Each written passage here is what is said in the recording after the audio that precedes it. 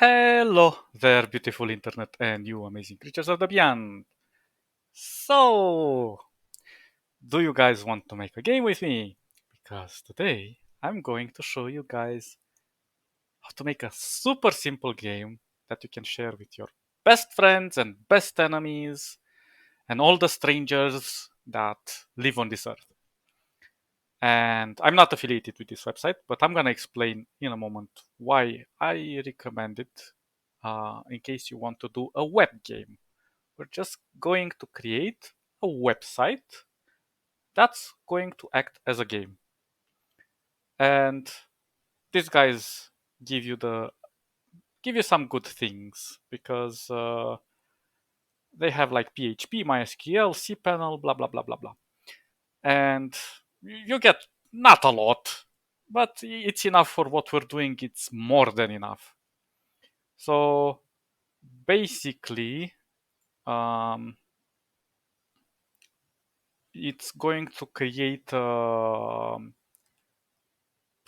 subdomain, like in this case, this one.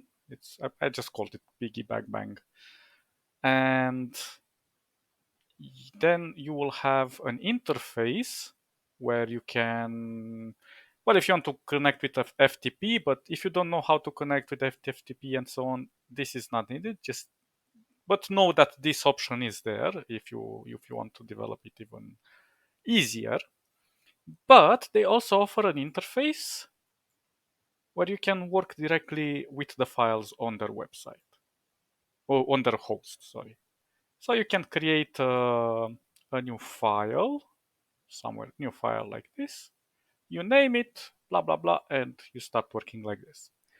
In case you don't want to develop it online, but I'm gonna leave this version, this link. I'm gonna put it in the description, and I'm gonna upload what I'm gonna do here. But since I kind of hate free web hosts because they have like a very horrible habit. When you're connected to the FTP, they disconnect you every 30 seconds. So working on this interface is not impossible, but it is annoying. I'm already disconnected. Yeah, that's also a problem. Anyway, I'm gonna back later.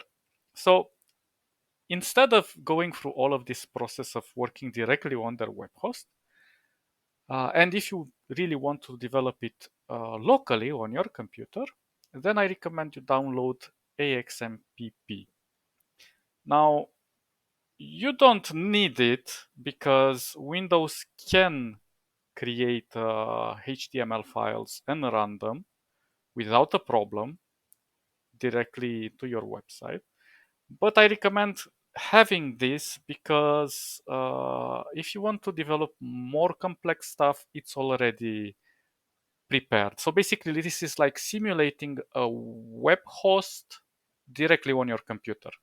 And you can actually make it a web host if you put your brains um, into action on how to set it up like that. And all you actually really need to make this small game is just Notepad. But in my case, I have chosen Notepad++ because it's a bit easier to work with Notepad++. It has a few functions that colors the code and auto completes the code, so it's a bit cuter. So this is how it looks on my side.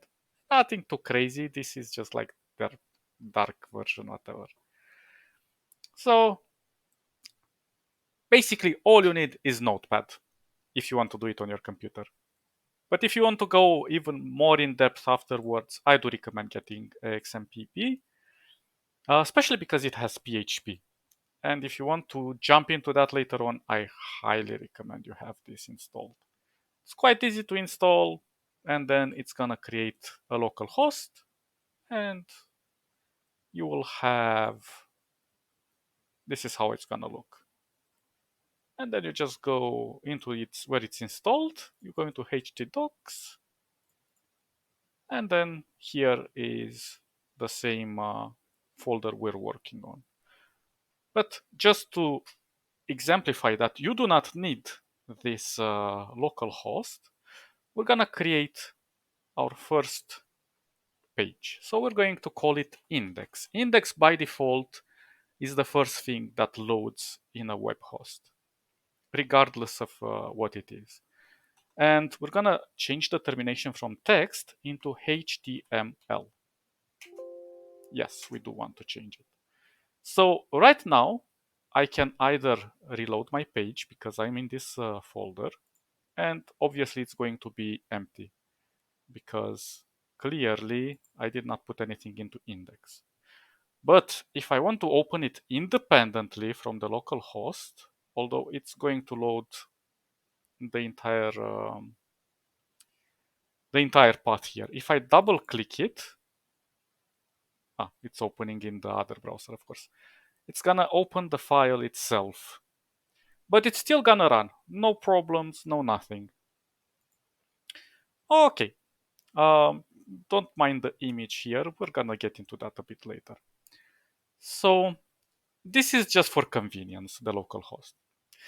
Now, before I start, initially I thought, how can I make it as simple as possible for you guys to get into creating the game? Because it's so easy to fall into the trap of focusing more on the language, on the tool that you're using to create the game instead of just focusing on the game. So initially I thought, maybe it would be super easy if I do it with PHP and HTML. And then I thought, but that means that I have to go with you guys through how to create forms, how to connect them, to generate them through PHP, get the data or post the data, and explain what the different types of forms there are. And that would take time. And again, we want to create the game itself.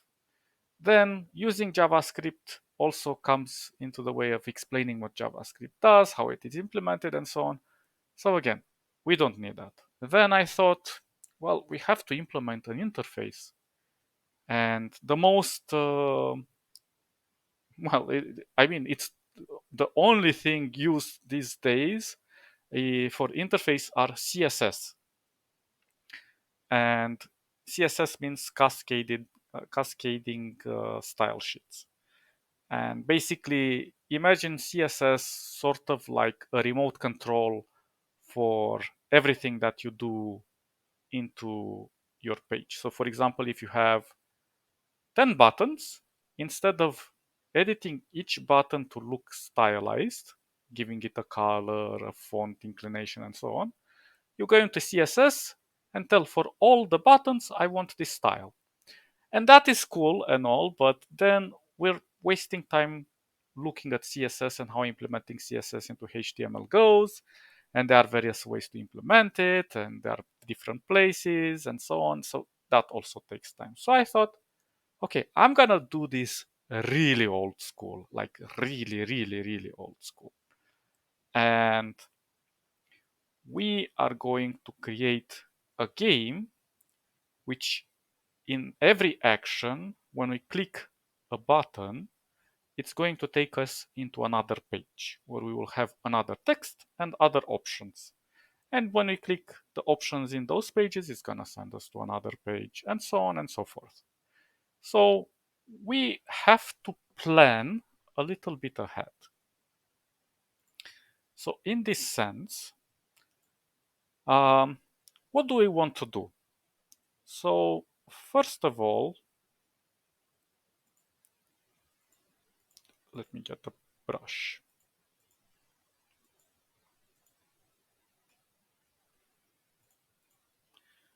Um, First of all, we want to start. Ignore my. I write like a pig.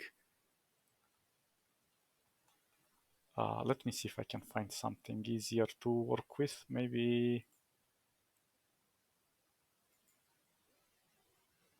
like so. Let's see. Does it work now? Start. Whatever. So I have a start. Then wherever we start, we will have the option to explore or the option to exit. And from exploring, this will lead to another place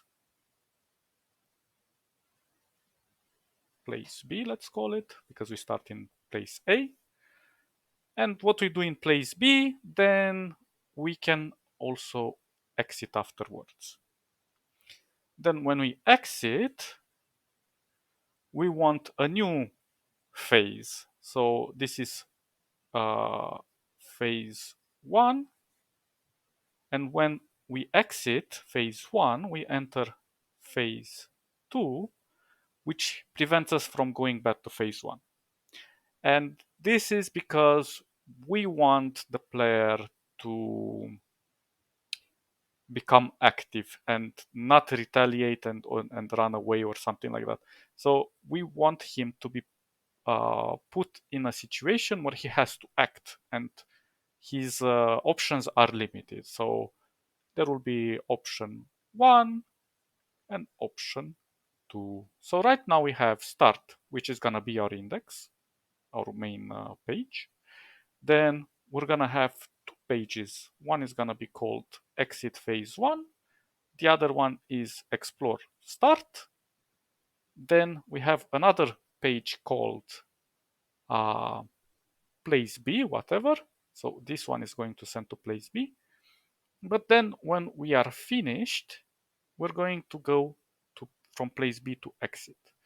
As you can see, the arrow is pointing in one direction, so you cannot go back to start. And these two are independent from each other, these pages. So this one cannot interact with this. This one has only the option to go to place B. Now I'm oversimplifying everything because you can have as many options as you want. And then when everything is done and we go to exit and we go to phase 2, here we have option 1 and option 2. So this is gonna be 3 pages. The first page, which gives us the 2 options, then we go either page, and then these 2 are independent of each other. And eventually this one phase is going to go to exit phase 2, or maybe let's call it no, let's call it the end. But if we select option 2, we're going to have, let's say, explore again. So this is another file, and then when we're done with this, we're going to the end. And that's it. So end is so this is gonna be a 4th page, and this is gonna be the final page, which is the 5th. So there's quite a bit of steps, but in total we should have around 10 pages or something like that, depending on how many actions we want to do. Good. Okay, we're gonna put this away for now. And we're starting in index. So I'm just gonna right click and edit with Notepad. You can just edit it with whatever you want. You can even open it with normal Notepad if you want. More apps. Bam. And it's gonna look more or less the same. The only difference is like when I'm typing here HTML, oh sorry, not like that. Sorry. HTML versus when I'm typing here HTML. Ta-da! It colors it and it closes it automatically, so I don't have to waste my time doing extra writing. But this is just for convenience sake. You don't have to do it this way. I'm not gonna save it here. We're gonna save it here. So, before we start going further, let's look a bit at what HTML really is. You can imagine HTML sort of like a person. So, you as a person are the entire HTML. Then, what do you have as yourself? You have a head,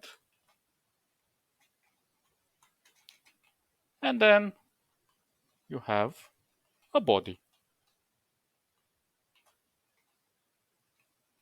So what can we find in the head? Obviously the brain, but the head usually is, you can consider it like the mind. So in the head, you cannot see the thoughts, but you can uh, tell them out loud. Out loud. So for example, what is your name? So in this case, the name is defined by a title, and we're going to call this Piggy Bang Bang Game.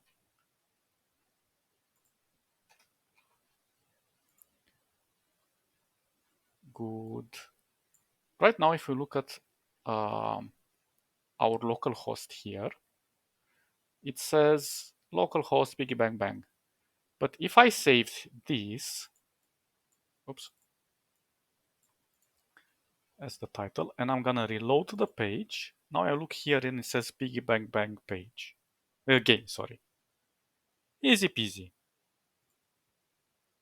So basically, you have to learn this basic structure. HTML encapsulates the head and the body. The head has the title, and in the body, we will do things that are going to be displayed here in the body of the page.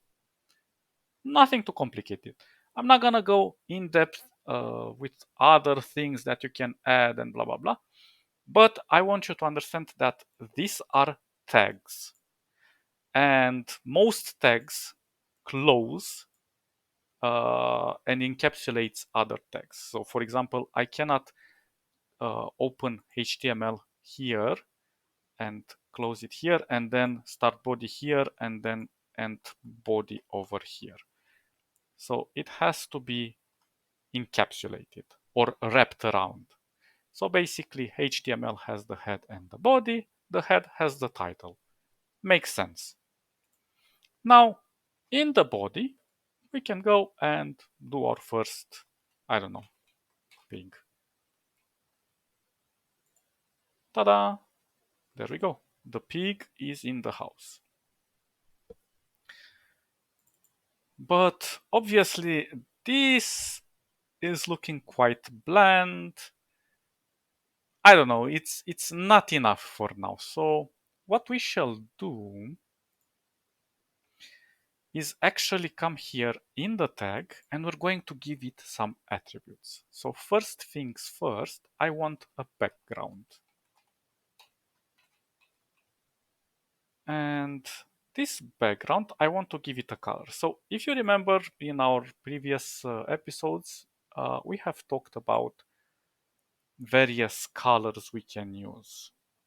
And there is this thing called hex color. And I'm gonna just take it from here. In this case, I'm gonna take this darker color. And this is the hex color. This 1414. It's from, well, I don't have here.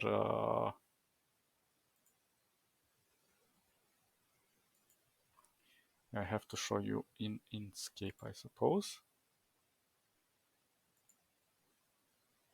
Because I don't have the hex colors here. This is just HSL. Ah, come on, Inkscape. Cooperate with me. Are you starting? Inkscape. I think he fell asleep. Okay, there we go. So basically, for the colors, you would want to use something like RGB, and then you get the RGB value here. Well, the alpha is FF, that's separate. But basically, this is how you create the hex code. There are other ways, but we're not gonna get into those. The point was that you are interested in RGB colors with the hex. And there are plenty of places where you can select RGB colors.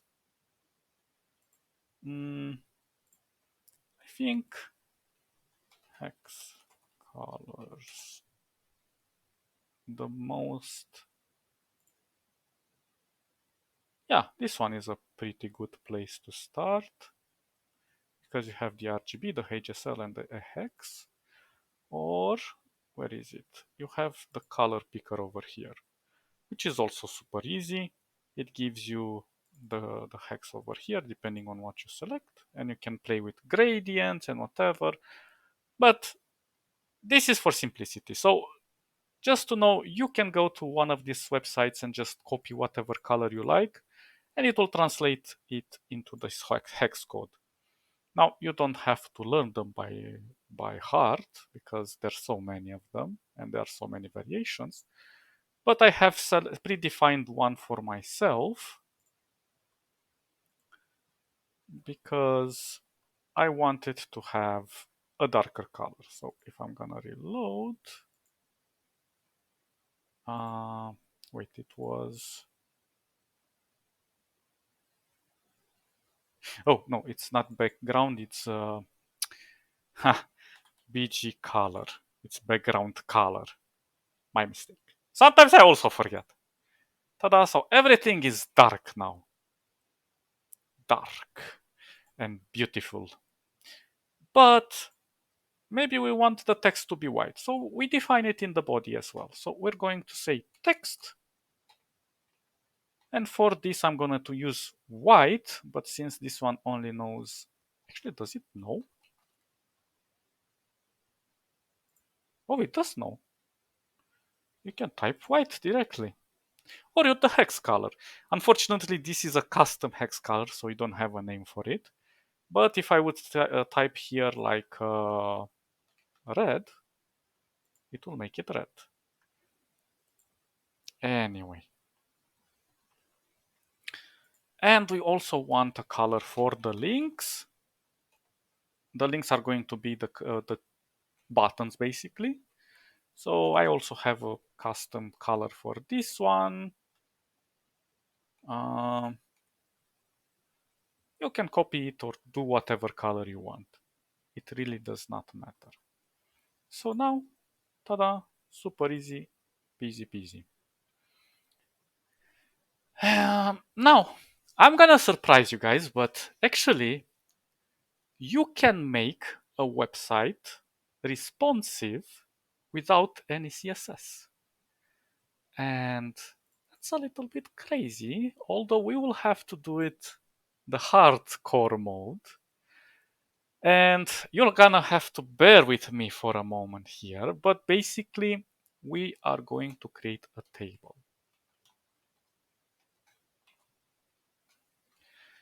So a table has three elements. It has a table row and the table data. So you cannot type in the table row, you have to have a table data. The rows are vertical and the table data is horizontal. So just to demonstrate, I'm gonna write here pig1, and then in the second table data, I'm gonna type pig2. We're gonna save, reload, and as you can see, we have pig1 and pig2. Now, obviously, you're gonna be a little bit confused because we can just type pig1 and pig2, and it's gonna look more or less the same, just a bit of distance here. So what's the catch? Well, the catch is that we can tell this table to have a border.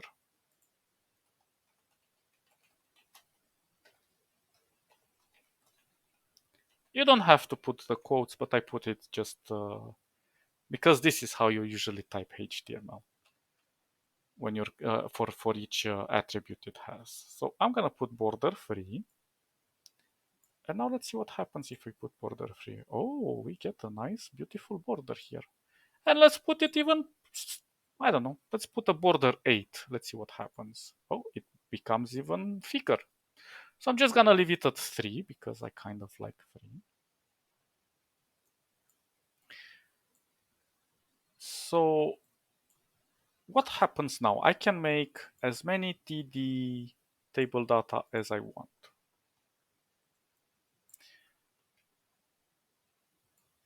Okay, but now look at this. We have a table row here. And if I'm just gonna copy all of this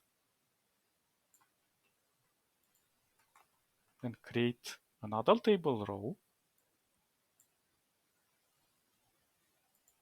ta-da!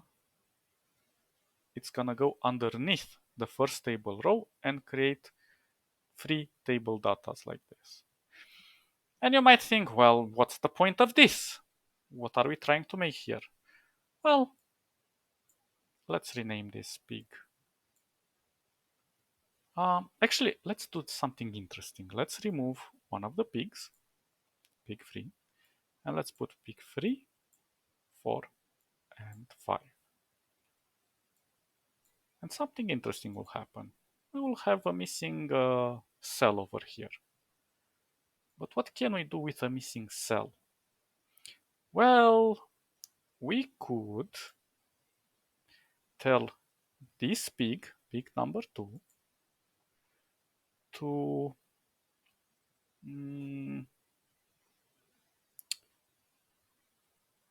let's see, cell. So this is a column, yeah? So let's say I want call span. So I want to call span for 2 pieces because these are 2 pigs, yeah? So if I do that and I refresh, this pig is as fat as these 2 pigs. Only for telling it call span. If we want to make, for example, this pig 1 as fat as pig 2 and pig 3, 4, 5, we're going to say row span equals 2. And there we go. But then we have an extra cell over here. So in order to fix that, we're going to tell this call span over 3. Because now this pig is as fat as these 3 pigs. Ta-da! Easy peasy, no? And just with this little information, we already have the building blocks of our page. Now I'm gonna remove pig 5. I'm gonna leave pig 2 be as fat as pig 3 and 4. So call span 2. And I'm gonna leave pig 1 be as fat as those 2. See how easy it is to change and create our layout? Nothing too complicated.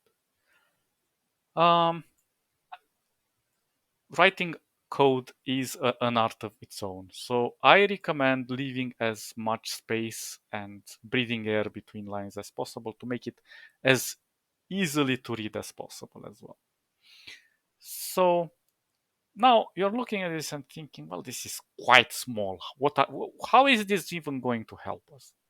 Well, I have a solution for that. So we're going to go in the table, yeah, which is the whole table. And we're going to tell this, I want the white to be 100%. Let's see what happens. Oh, oh, oh, this looks fantastic, no? And then what if we want this to not be equal? Well, it's not equal, but we want this even narrower. So we can go here to pig 1, which corresponds to these 3 pigs. And we're going to say white 20%. Let's see what happens. Ah, nice, nice. Super nice. But now, you know what's crazy? If I'm gonna resize the window, you will see that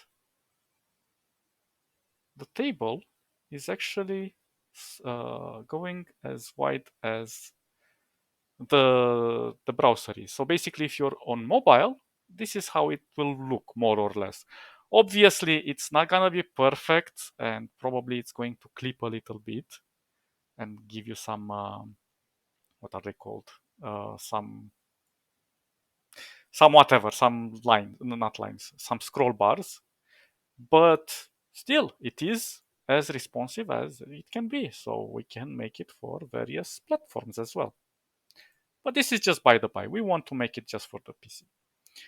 So right now we have learned like this. HTML encapsulates the head and the body. The head has the title. And in the body, we have created this table structure. And the table structure, just like the body, has a table row. Yeah, the table row goes vertically with table data inside the table rows, which goes horizontally. Now, this is very important that we go through these steps because this is going to be our template. And once we finish writing this, we're going to use it over and over and over and over. And it's going to be super easy to create the other pages because they're going to have exactly the same code. And we're not programming, we're not coding anything, we're just making super simple things. Now, let's talk about the font. So right now we have pig number 2 set up over there, yeah? What if we want pig number 2 to be centered? Yeah, so we're gonna go center the pig. Ah, well, we have to encapsulate it. And when we center the pig shall be centered. Ah, sneaky. Now, obviously, there are other ways to do it. You could use a line if you want instead of center. And maybe that makes it a little bit easier.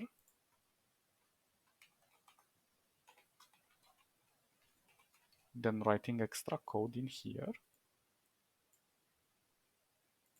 And now if we refresh, it's gonna still stay in the center. The difference is between that tag and this one is that you can move it even to the right. The center always stays in the center. There is no left or right tag. So we have a bit more versatility by writing this attribute over here. And by default, it goes to the left if you don't type the line. So now we have a line and we can align it. But what if we want to make this pig a bit bigger? Well, just like you would use in Microsoft Word, we're gonna tell it we want a font. Well, not a front, a font. Yeah, for this pig. We want it to be, let's say, size, I don't know, 5. And we want the font face, let's make it Verdana. Well, we don't have to type it, but, well, actually, let's not type any font face. Let's leave it as it is. Let's just make font size 5. Let's see if this works. Oh, it does work. Let's make it even bigger. Let's make it an 8. Oh, I like that. And if I'm gonna type face and I'm gonna type Verdana, you can choose Tahoma, Verdana, Times New Roman, whatever you think. You see, it changes the font. I usually like Verdana. So instead of writing it here,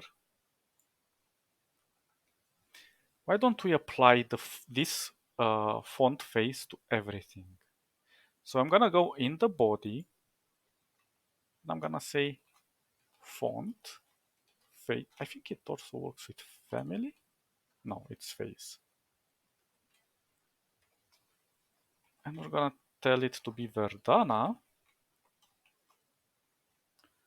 And it's very important that we encapsulate the entire table with this font. And now if I save and reload, everything has the Verdana face.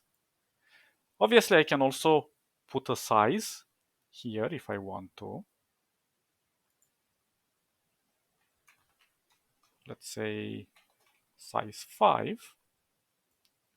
And when I reload, oh, maybe it's bigger.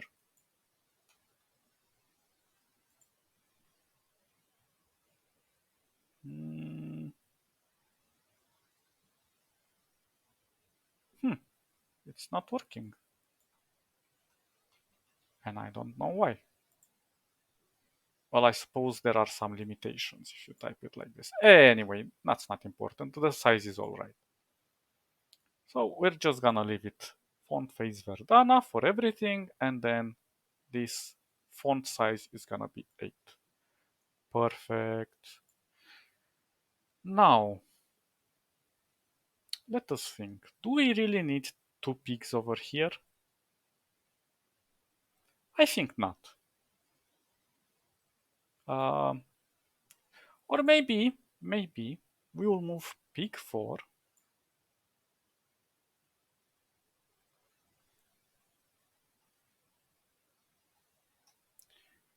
into a new table row.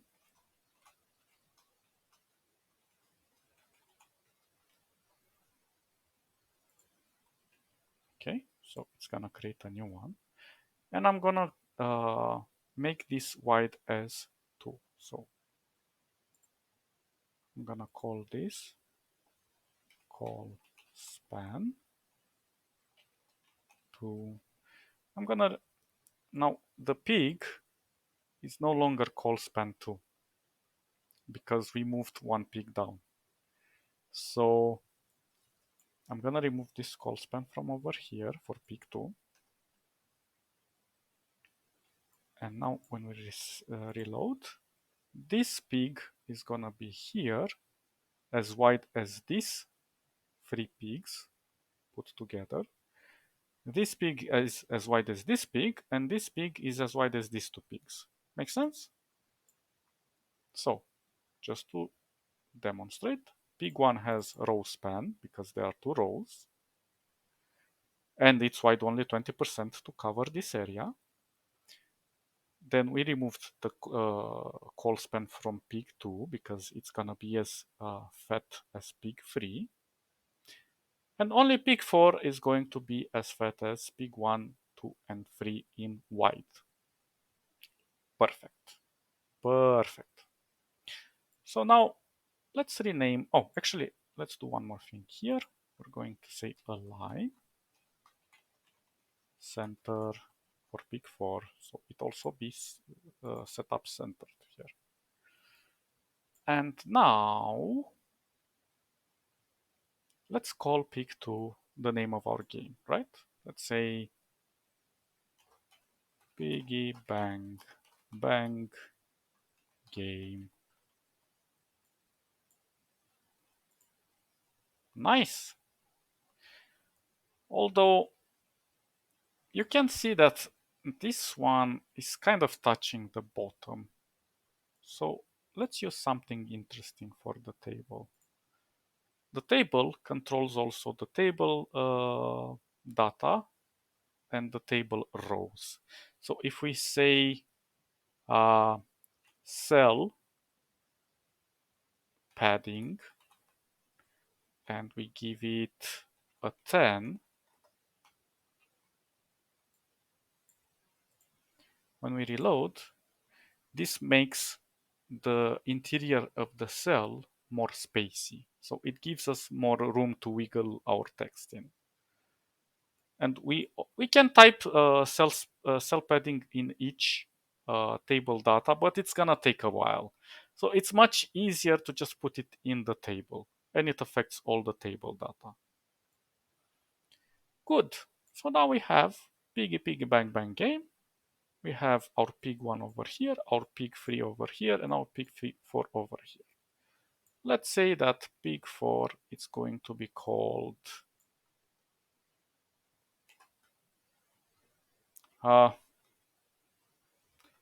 open source. I wrote something else.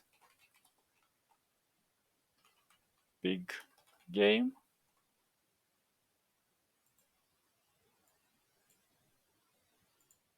Ta-da. And if we want to make it small, we just type small here.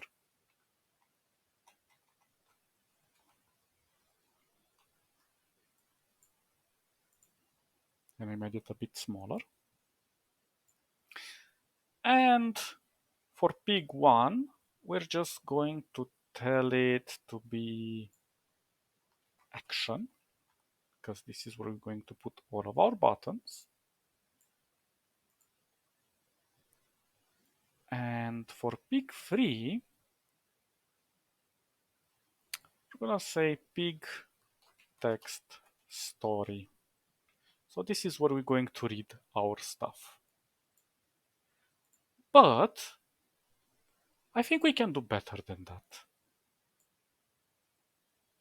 Let's actually center. We're gonna say align center in our table data. So everything is centered here as well. You don't have to center everything, but I just make it like so for simplicity's sake. And we can go here and add something interesting. Let's add an image. And images don't have to close. They're one of the few tags that do not close. So we're going to say image, and this means source. And we'll have to tell the image where to get the source. So right now we do not have any images. So we're gonna go here. I'll take my stylus. And let's imagine that we wake up in a place and we can see our hands. So let's draw some hands. Brush. And I don't know. Actually, no, let's use something a bit more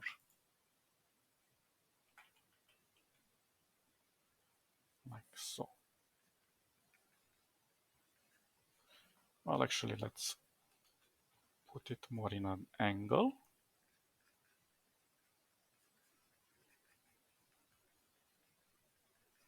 So let's say these are our hands.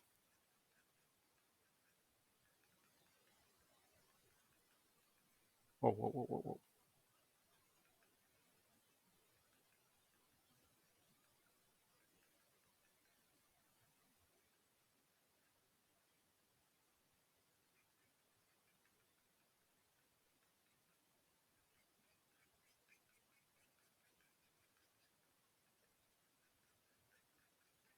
Whatever. We can also imagine that our hands look a little bit like so.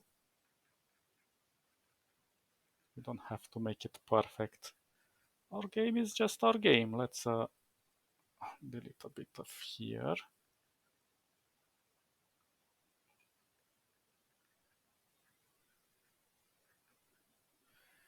And just so we don't waste too much time on drawing stuff,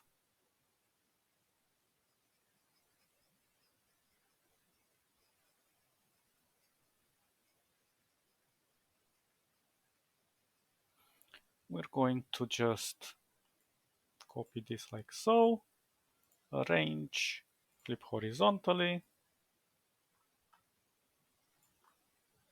maybe even angle it a bit more, put it like so, move this one here like so. And there we have two hands, right? Just a moment. File.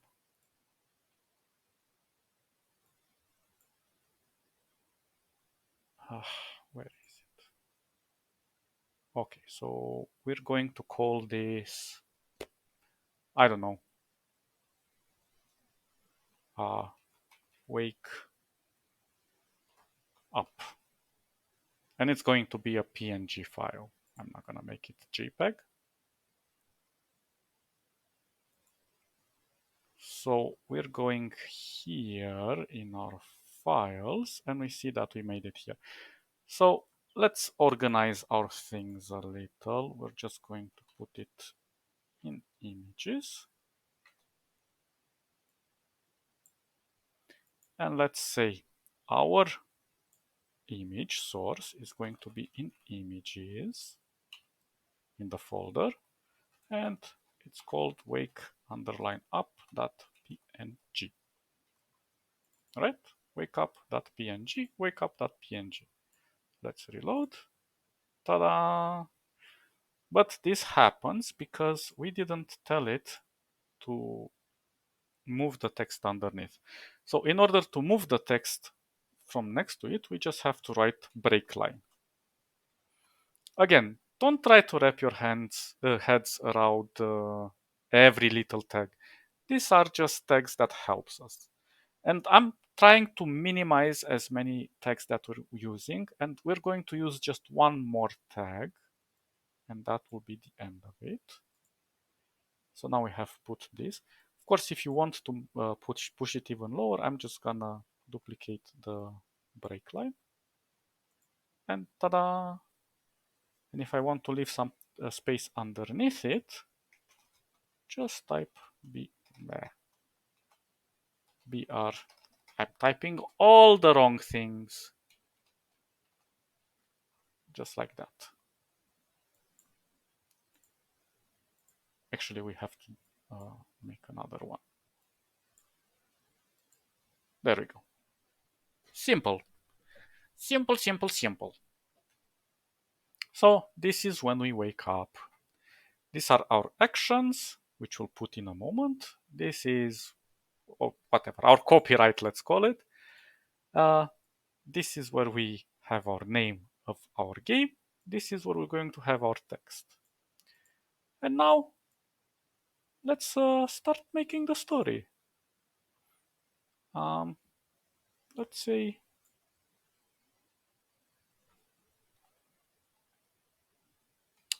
as a fascinated pig of culture, you have always been drawn by nature, but today your luck was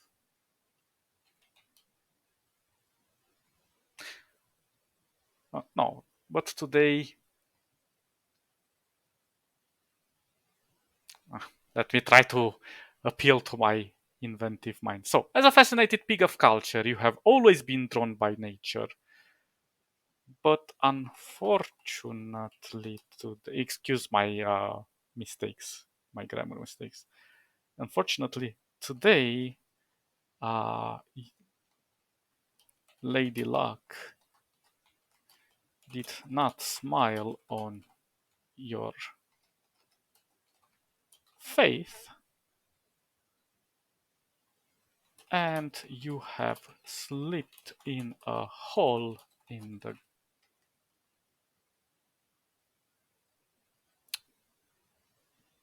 well, I would say ground, in a cavernous hole in the soil as you were walking unattentive, as you're walking distracted by the beauty of the forest. you were in. So let's see how this looks like. As a fascinated pig of culture, you have always been drawn by nature, but unfortunately today, Lady Luck did not smile on your face, and you have slipped in a cavernous hole in the soil. Well, let's just move in the soil. Sounds kind of weird. And let's put Lady Luck with a capital L. And you have slipped in a cavernous hole as you are walking, distracted by the beauty of the forest you are in. Mwah! Perfecto. So now we have our setting. This is our start. Now we have to decide what we're going to do. So we have action 1. Let's put a break line over here. So in action 1, we want to say explore cave,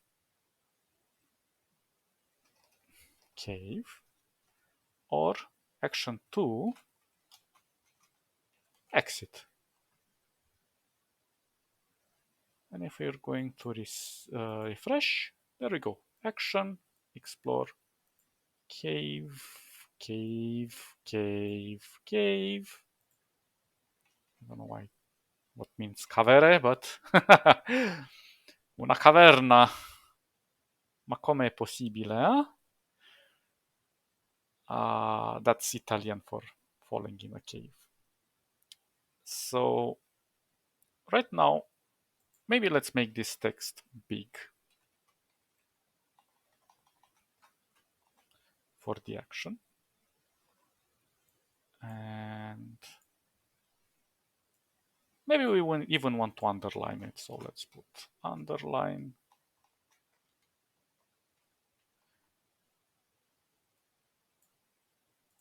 And there we go.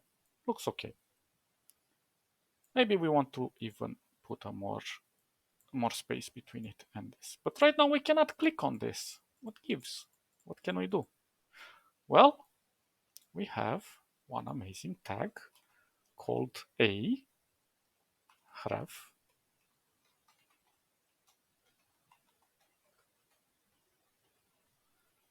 So this we're going to say explore cave.html,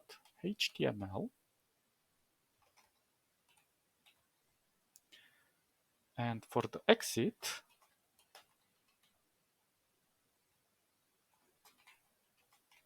we're going to say exit cave.html. So now, keeping this in mind, ta-da, we have 2 buttons we can click, or they're called links, but let's say they're buttons. So right now their colors are set up by the body link color. The text color is set here because it's white, then the background color is set here because it's this custom color. So everything looks all right for now. I think we can even edit the color for this one. Let's see. Does it work? Yeah, it does work. But I don't like that color. Let's look for something a bit more pleasant.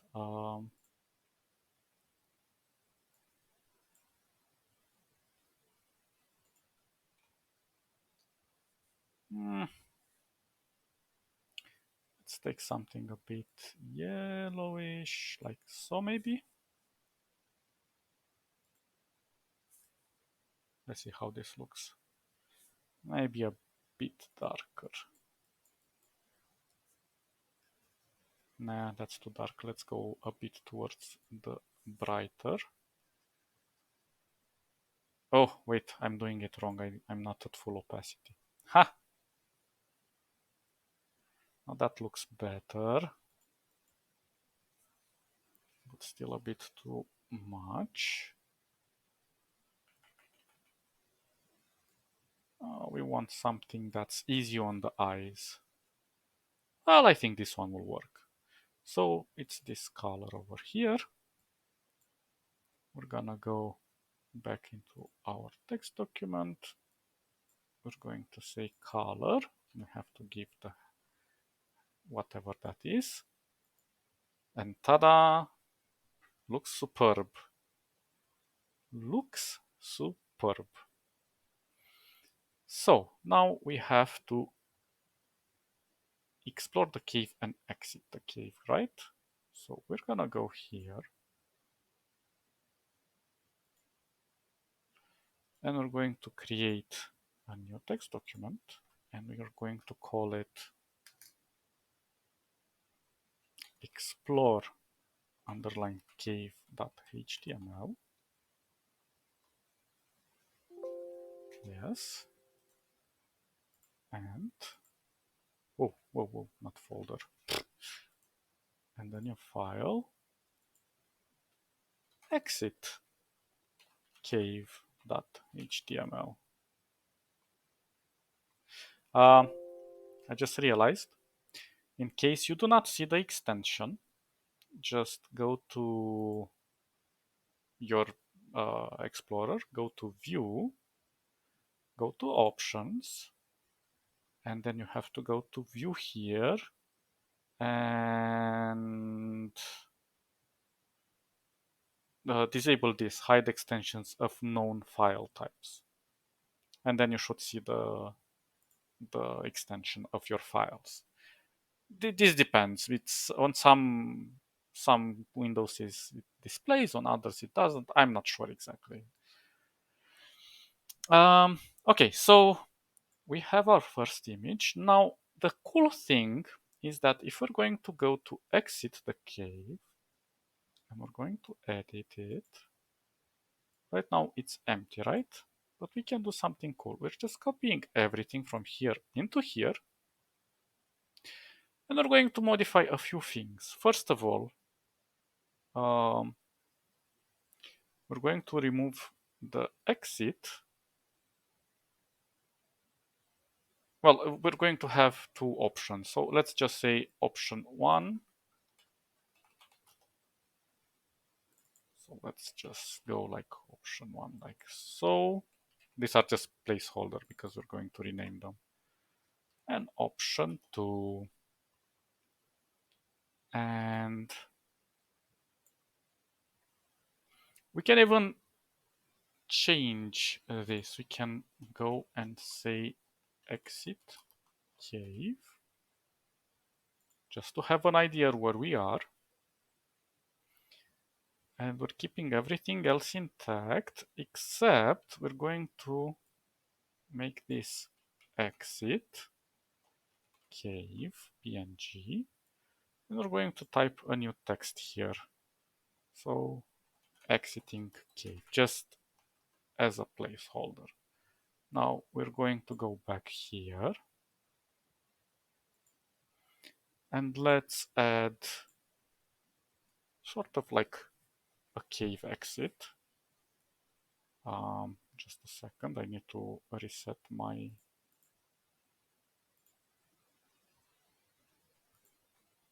colors.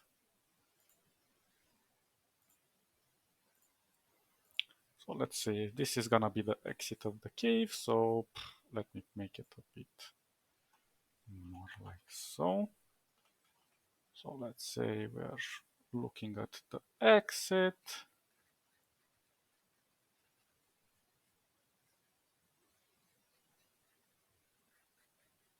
I don't know why it's a cave, but it's a cave. We did say it's a cavernous caves, cavernous hall. So let's just make it like so. Nothing too crazy. And let's make it a bit sharper, so it's not so out of focus.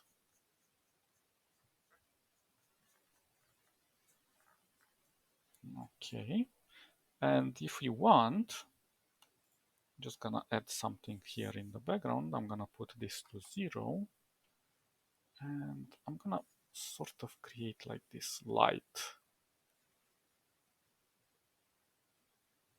because we're exiting the cave. Now, obviously, that's a bit too strong. So let's put it on 50%. And maybe we're going to, well, let me try to put it like so.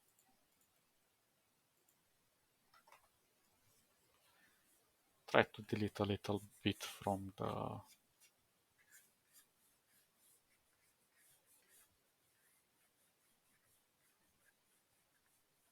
so it doesn't look too crazy. And then we can add extra.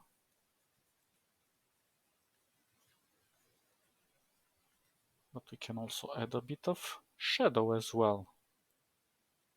So we can put it somewhere here. We change our brush. And we go like, this is a bit darker.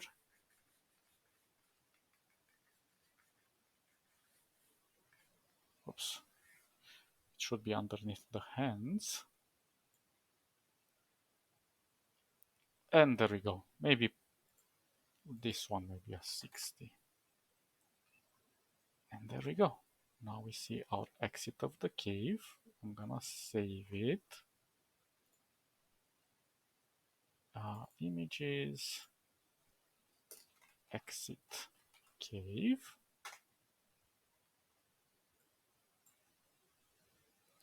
Now let's see if anything has changed. Now if we click on exit, we have our exit cave image, exit cave, option 1 and option 2. But we cannot go back unless we use the browser back. And there we go. I forgot about this. Every time you visit a link, yeah. So in order to avoid this, you're just going to have to type visited links and active links as well. So we don't have this issue. It's not working? Oh, that's weird. It should have worked. Oh well. It is what it is. These are the limitations, I suppose. But that's not a big problem. So now we have to go and explore the cave, no? So what if we go and in the exploration cave,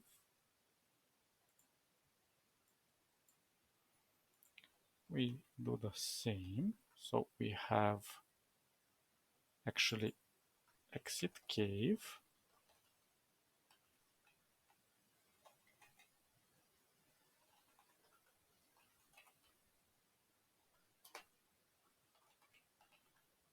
Let's rename it cave here as well.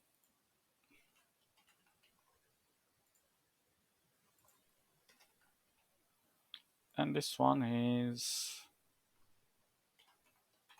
pick up machine gun.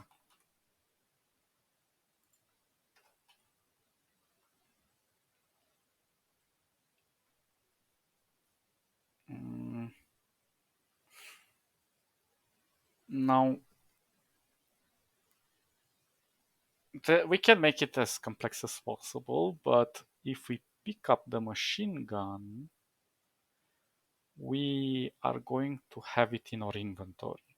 So I'm not trying to add any health or anything like that crazy, but we are creating an activity that is interactable. So we are actually going to get another page, which is pick up machine gun, which is going to describe what we have done. And then The only option for that machine gun is when we pick up that machine gun is to exit the cave automatically. We can exit without the machine gun, or we can exit with the machine gun. We can also just pick up and exit directly, so maybe that's a better option. Hmm?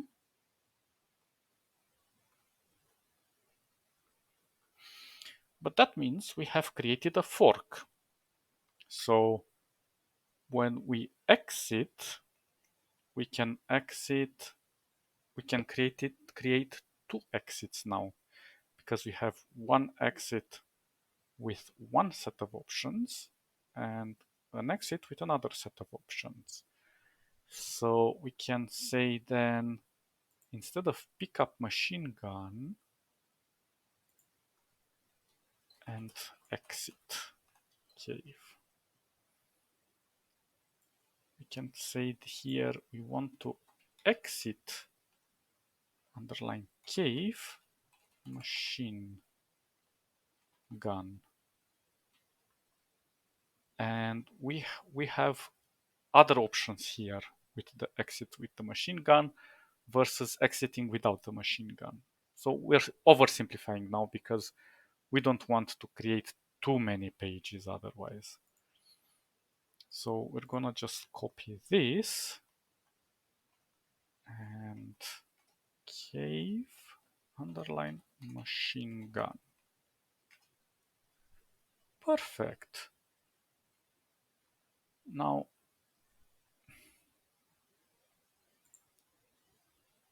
oops.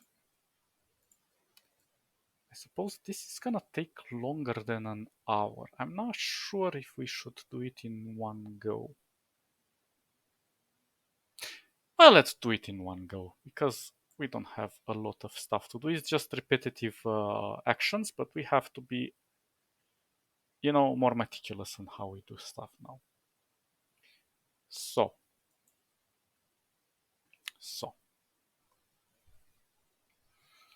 um,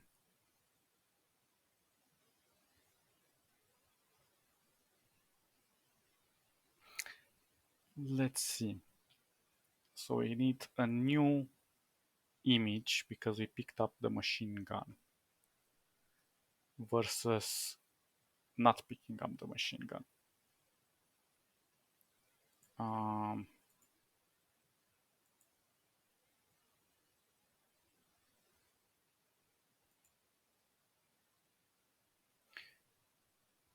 okay, so when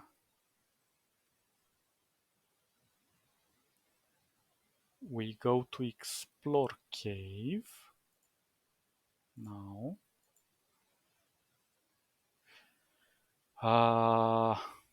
yeah, we put this in the wrong place. This needs to be in the exit, not in the explore.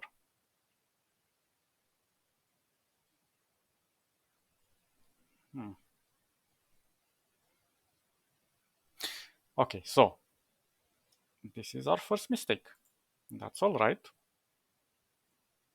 So right now we are in the exploration. So the exit has to have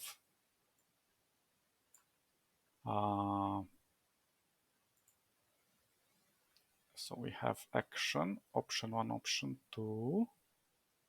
Okay, actually we have to create it. Sorry, yeah.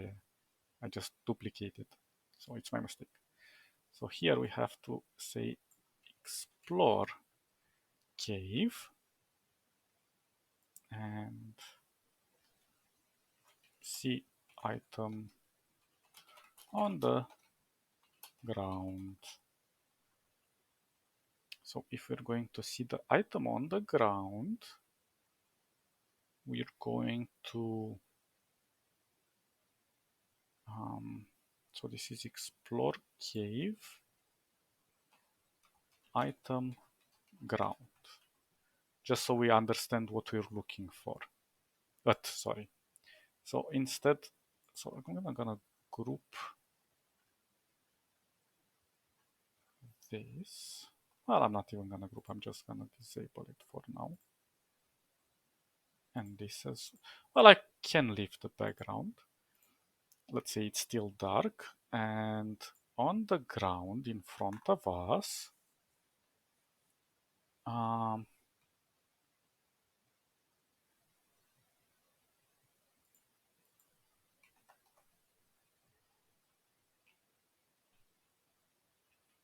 We see something on the ground. So it could be the Tommy machine gun or something. Let's just...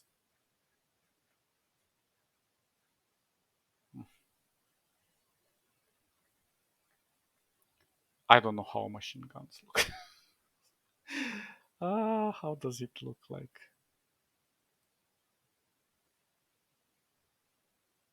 Something like this?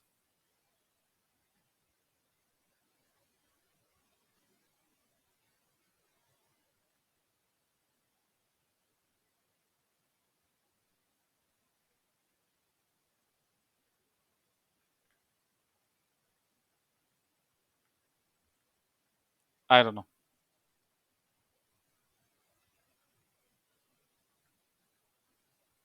Maybe something like that. Maybe we squish it a little bit. And maybe...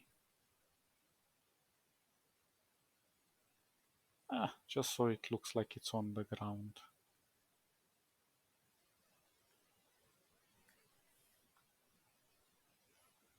And whatever, it's not perfect. So it's on the ground, and we can either choose to pick it up and exit the cave or just exit the cave without the machine gun.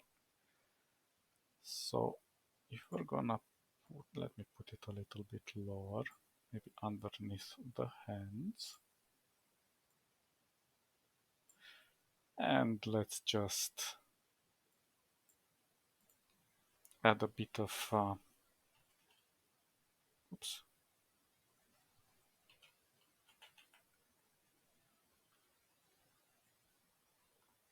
A little bit of, darkness to it. So it looks a bit more believable. I don't know. Something. Let's say it's a machine gun, okay? So this is the first option. And then we want to have the machine gun in our hands. So we will have to re-enable this. Oh wait, first of all, I didn't save it. So this one is called Explore Cave Item Ground.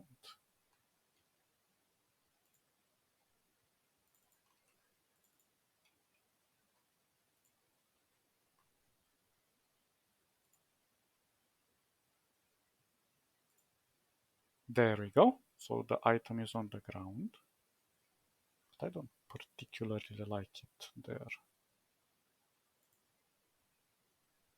Let's push it a bit more.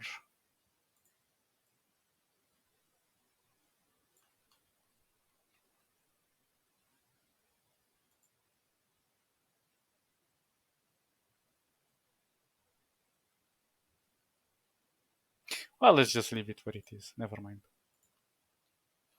Let's not overcomplicate things.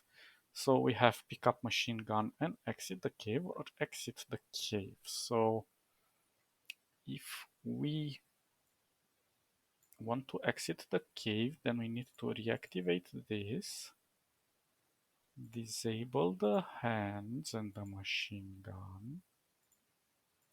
And now let's create a new pair of hands. Whoops. So how would you keep your... The weapon would be something like so, and you would keep your hand on it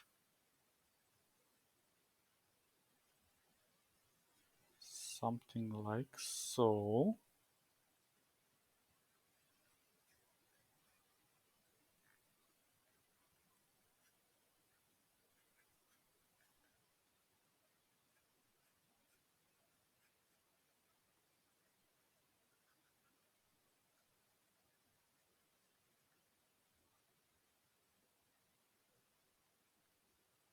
Let's say this is your hand. We're just going to have to imagine it.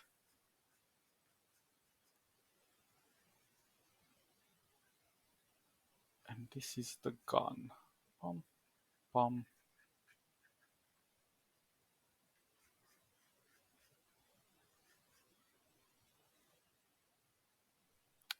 Maybe I can add a bit of shadow here. Just for making it a little believable.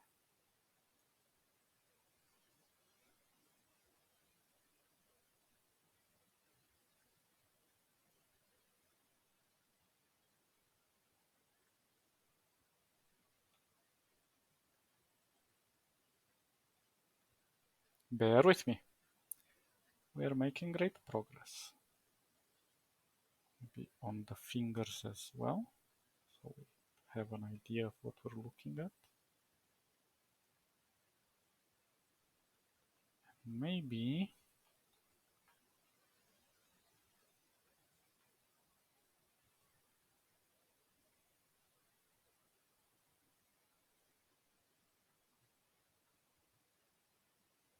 whatever. Let's say just it looks like a hand with a gun.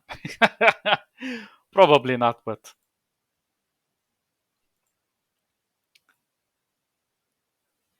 we're gonna move it more to the center, like so. And we're going to save this to exit cave machine gun. Bam. So if we pick up machine gun and exit the cave,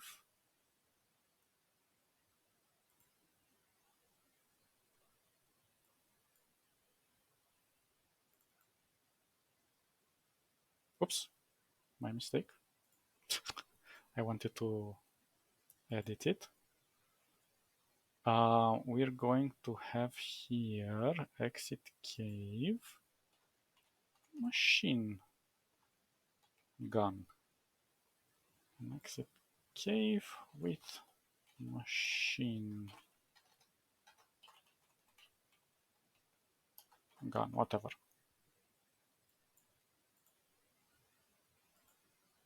There we go.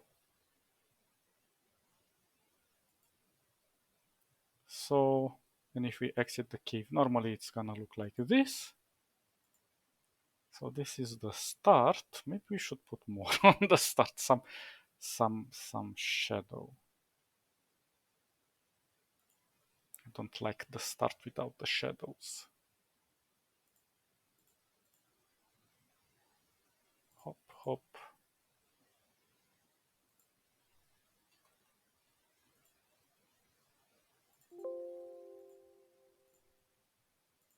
There we go. So we have the explore cave, exit cave. When I go exploring, we see the machine gun on the floor. We can choose to exit the cave. Or if we turn back using this, we can choose to pick up the machine gun and exit the cave. So far, so good. Weirdly enough, this one doesn't seem to be affected, but this one is affected. I don't understand. Anyway, browser things. So we have done this part, this part, this part. Now let's type a little bit in the text. So let's go and explore the cave. As you curiously step through the tenebrous darkness,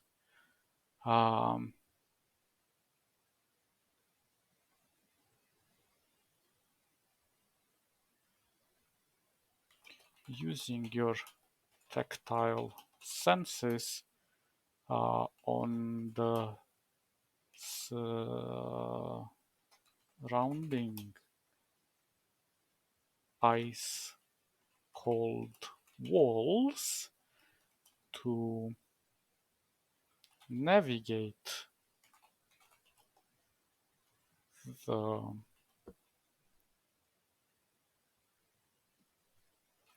ancient tunnels, you step into an opening with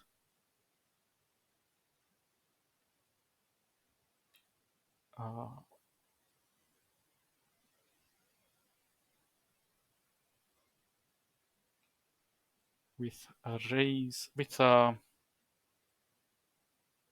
a source of light where you spot a machine gun on the floor. There we go. So explore the cave. As you curiously step through the tenebrous darkness, using your tactile senses on the surrounding ice cold walls to navigate the ancient tunnels, you step on into an opening with a source of light, with a light source, with a natural light source.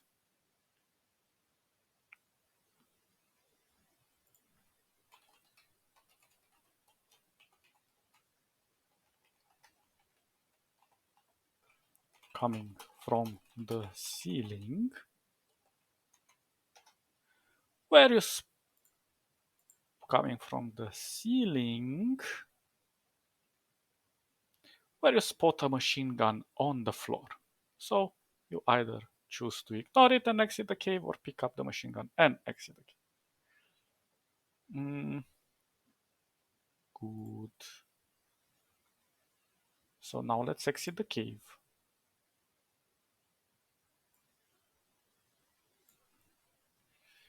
Now here's the curious part. How do you exit? Well, we can just simply exit the cave. And not mention the machine gun, just so that we have both files that exit from the beginning, from the start of the scene, and in this scene, while they're exiting, they don't mention the machine gun. So you hastily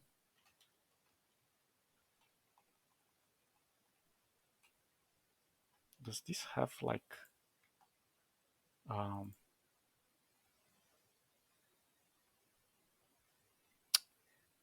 tool for like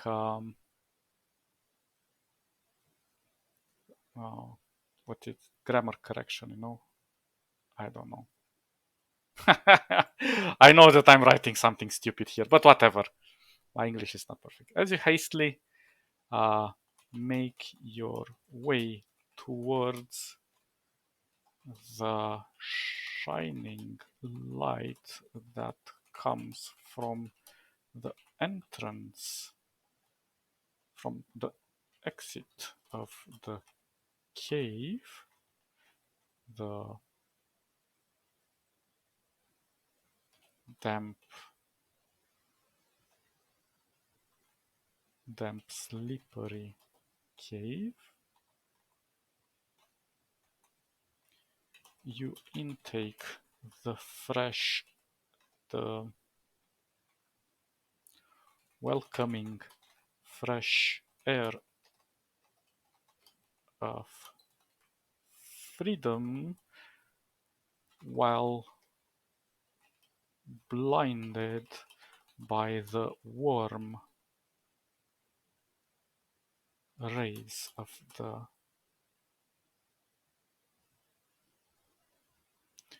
jovial sun.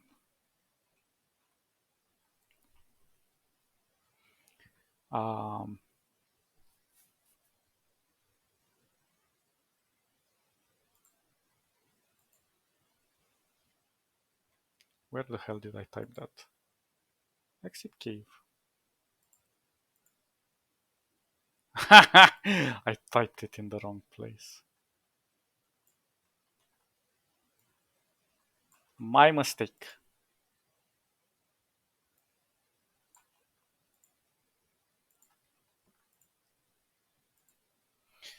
So you hastily make your way towards the shining light that comes from the exit of the damp, slippery cave as you intake the welcoming fresh air of freedom while blinded by the warm rays of the jovial sun. So let's correct this.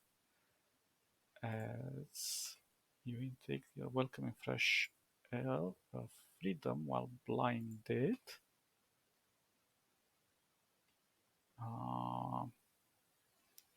So you hastily make your way towards the shining light that comes from the exit of the damp, slippery cave as you intake the welcoming fresh air of freedom while blinded by the warm rays of the jovial sun. Okay, so we're going to just copy this, go here, and we're gonna change a few things. We'll hastily make your way towards the shining light that comes from the exit.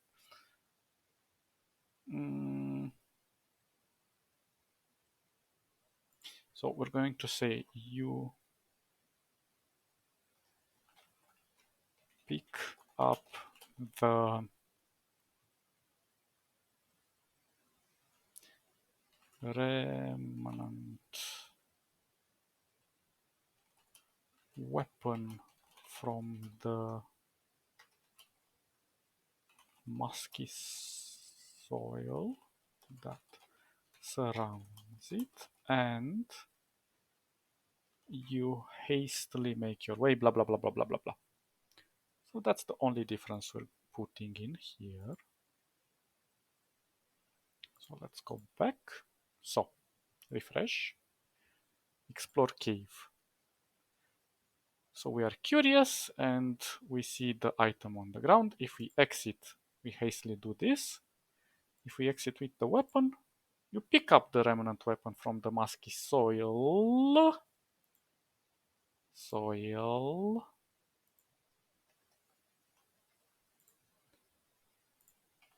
From the musky soil that surrounds it. And you hastily make your way, blah, blah, blah, blah, blah. And now we have two options. So that is really, really cool. So that's that, and that is that. Okay. I know it takes a little bit of time to do such simple actions, and I'm showing you the really old school. There are far better ways to do this in a much simpler way, but right now we're also wasting our time doing creative work. So let's see. Now, what happens when we exit the cave? We have two options, and we have to expose these two options in both places. So, what happens when we exit? Why did we pick up the weapon? What's the point of the weapon if we're not gonna use it? So, we have to say that something has to happen for us to be in danger. And since we cannot go back into the cave, then we have to take a decisive action. Either we attack or whatever is out there, or we well, fleeing is not really interesting, so let's do something different. So this is the exit without the weapon. So we have to say that as, let's just go with the BR over here, as your eyesight adjusts, you make out a terrifying shape of a horrific creature coming towards you.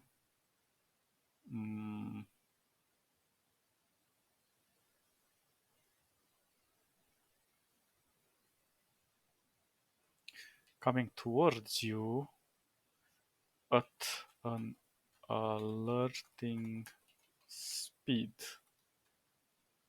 So we have option 1 and option 2. Option 1 is we attack with our fists, or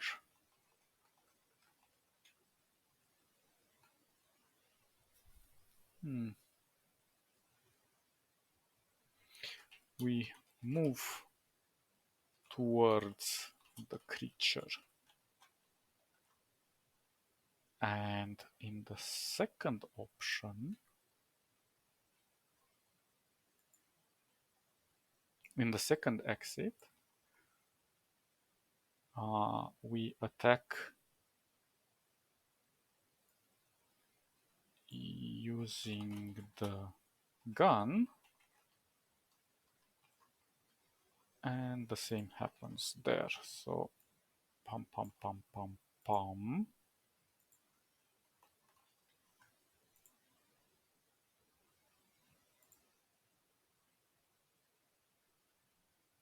Maybe I should do 2 spaces, just so we have a new paragraph. There are some other ways to do this, but we're just simplifying right now. So you hastily make your way towards the shining light that comes from the exit of the damp slippery cave as you intake the welcoming fresh air of freedom while blinded by the warm rays of the jovial sun. As your eyesight adjusts,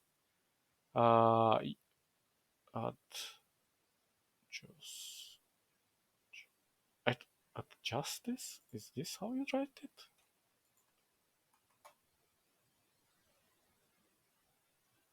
Yeah. You make out a terrifying shape of a horrific creature coming towards you at an alerting speed. So attack with your fists, with your, not our. We move towards the creature.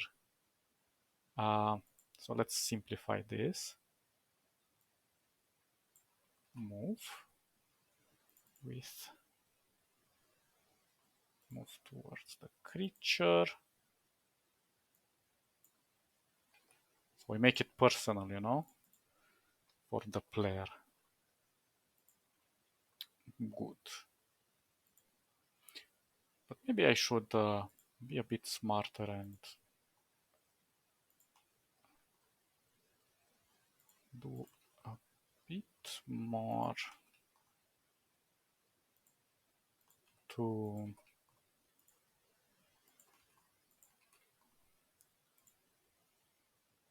yeah, there we go.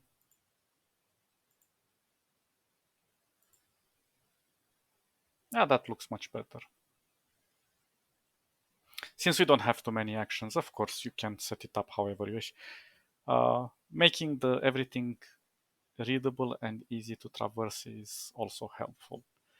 So if we pick up the machine gun, now we have the option to attack with using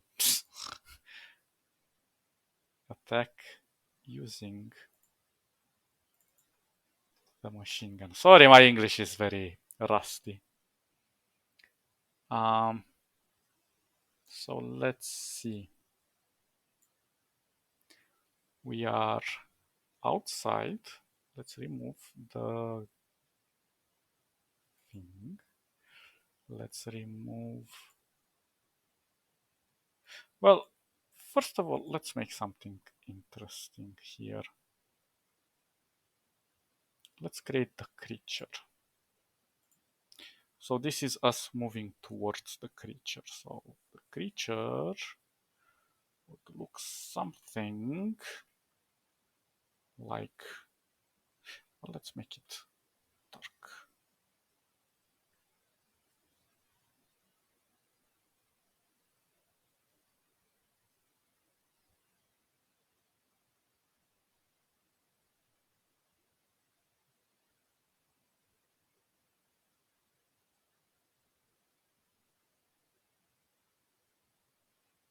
I don't know. We're just making a little creature.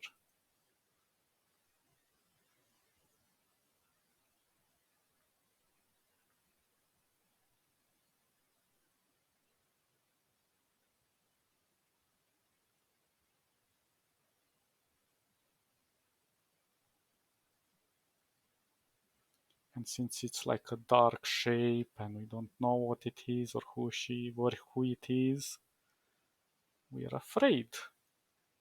So maybe we see it's like this. And maybe we add a little bit of fear into his eyes.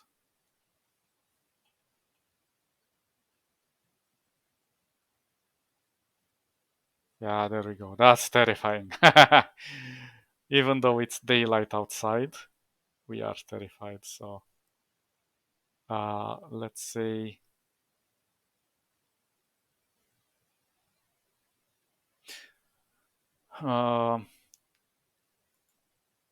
approach creature.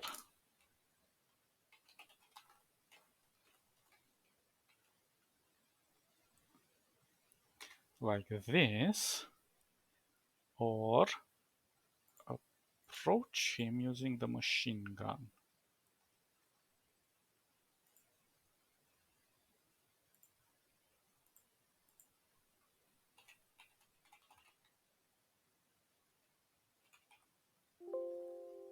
Okay. Or alternatively, we're going to fight it, in which case we are going to shoot the machine gun. And in this case,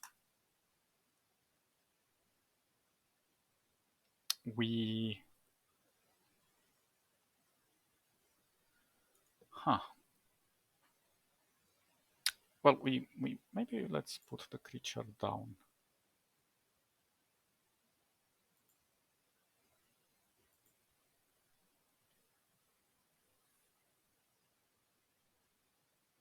Mm.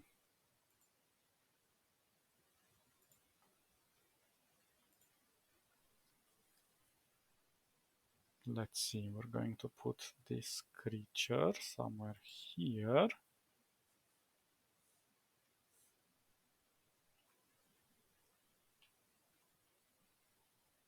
Let's kind of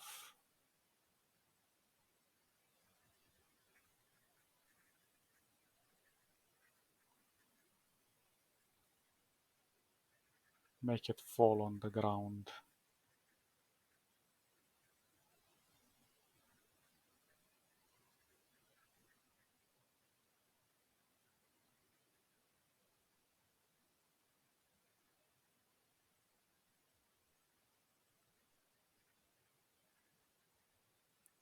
And this is us shooting the creature. Maybe I should move it a little bit more to the right. Maybe even angle it a bit. And let's do a little bit of the blood.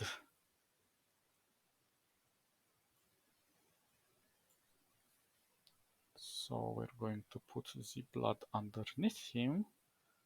Just going to, whoops. Why didn't I select it? Oh, press X. So just gonna do it like so.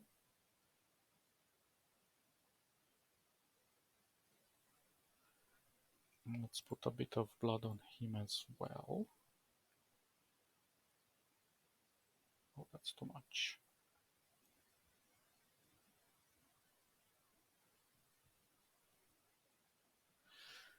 And that's the first version where we shoot him.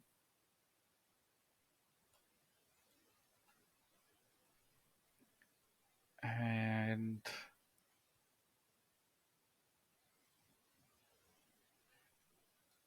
if we use our fists,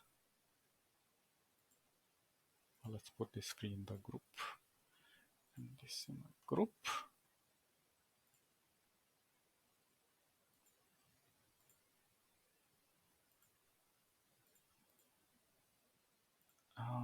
let's do some fists.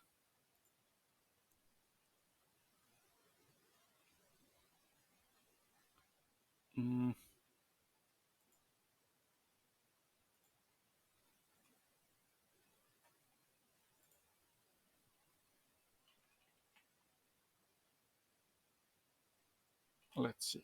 So our fists are going to look something like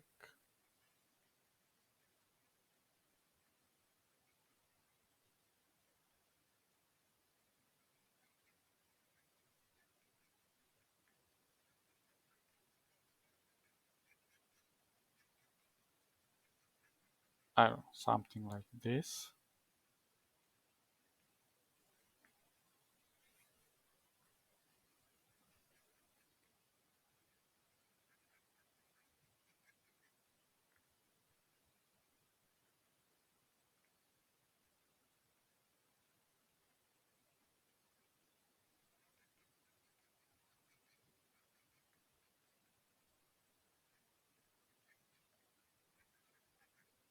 I hope they look like this because I don't freaking know. I'm just trying here. Okay, so we're just gonna angle it a little and duplicate it. Then arrange, flip horizontal. Maybe this one even more. So we are ready to fight. But now,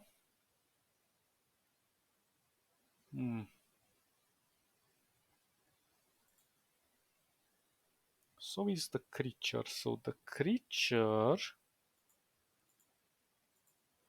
we're gonna duplicate this creature. We're going to make it a bit bigger. All of it. Wait, the whole group. Put him closer and let's do some modification to it.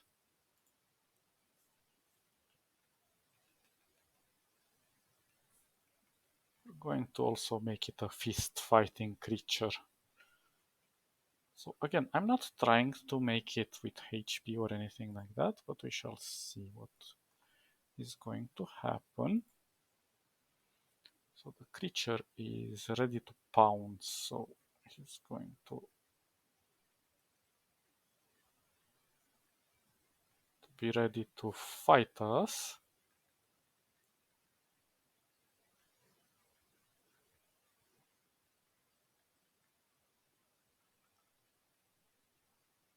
And something might happen.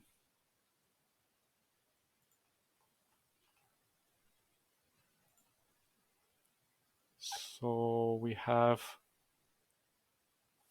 fight creature fists, or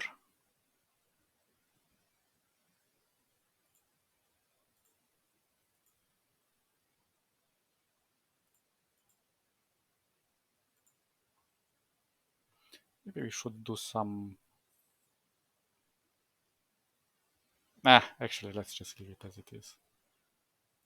I don't want to do the firing thing.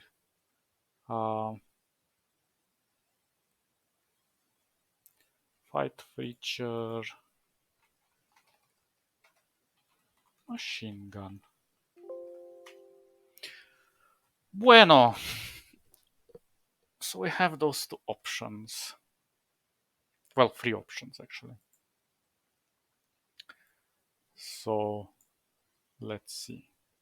Damn. Attack. Move towards the creature. So we have to create another file. Move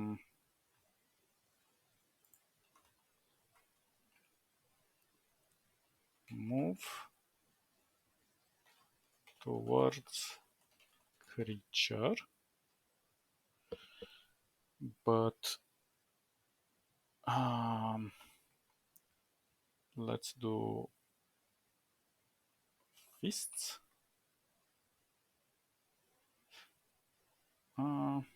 No, actually, let's just do move to our creature and that's it. Because we're not having the fists on. And oops, what did I do?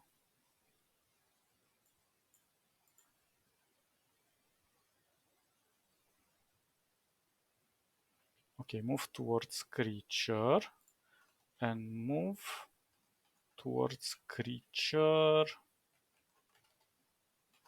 machine gun. And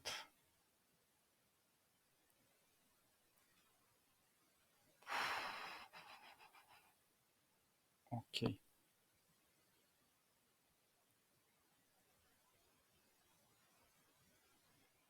So now let me see. We have move towards creature machine gun and attack creature machine gun or exit cave, move towards creature normally or attack creature. Good. So now let's see how it looks. If we refresh,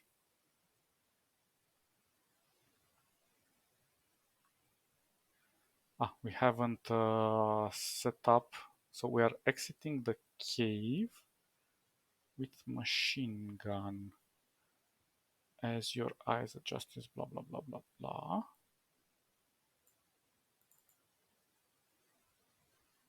So approach, approach, fight, fight. So then let's do something else here. Let's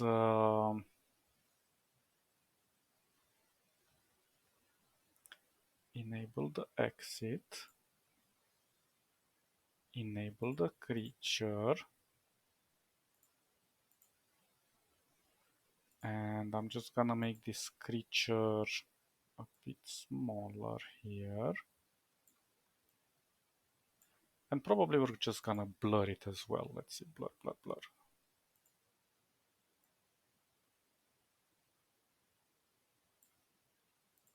And maybe just reduce something like so. Well, maybe more.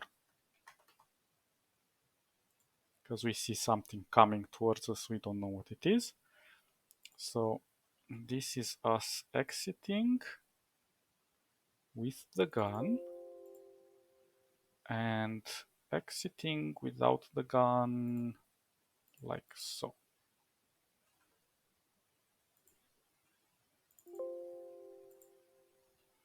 Perfect. Now let's see. Exit and exit cave. There we go. Good. Good, good, good, good, good. So now attack with your fists. Move towards the creature. So we need to create 4 more files in this case. Because we either attack with the fists or we attack with the gun. We approach with the gun or we approach with our hands unarmed. So we go and do this. Exit the cave. Now we said attack creature, move towards creature. Okay, move towards creature, which is this. And when we move towards the creature, we will have only one option.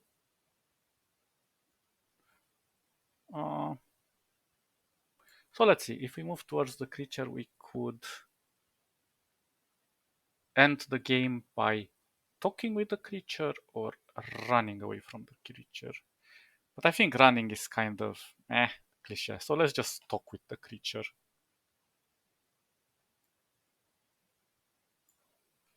Talk.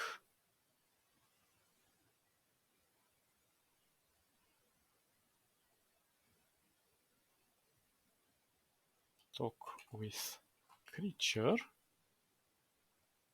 Talk creature.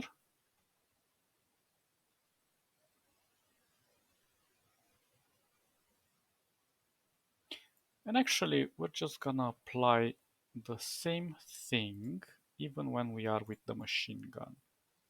Again, not double click. So we're just gonna have the same file just for simplicity. So we're gonna have a talk creature.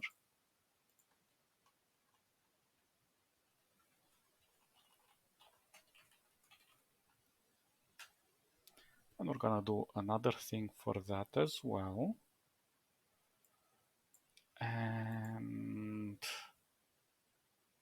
if we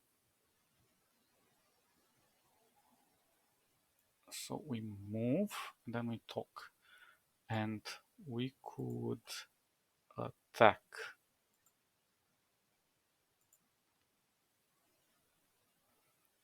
So let's close move. Let's close the exit and the explore. And now we need to attack. So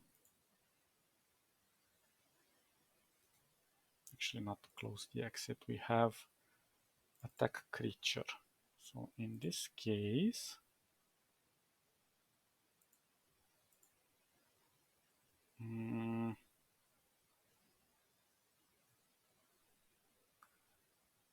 it's like moving towards, so we only have one option after we attacked.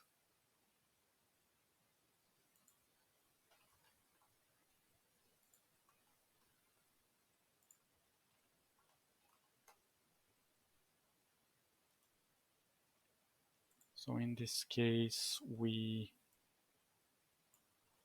check the creature.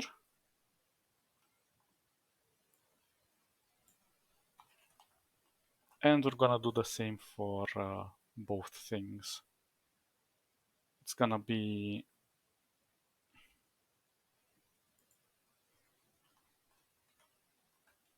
attack creature, machine gun, which is gonna have the same option to check the creature after we have disposed of it. But maybe... What if with the machine gun we dispose of the creature, but if we fight with the fists, the creature beats us? So there is a counterpoint to that. So let's, when we attack the creature comes and beats us. So then it's not check creature, but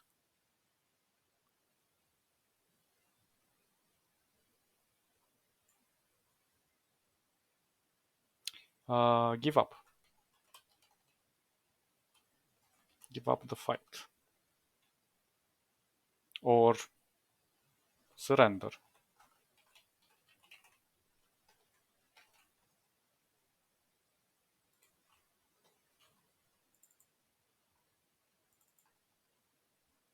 With the smallest. So we have attack creature and talk to the creature. And in the second option, we have surrender.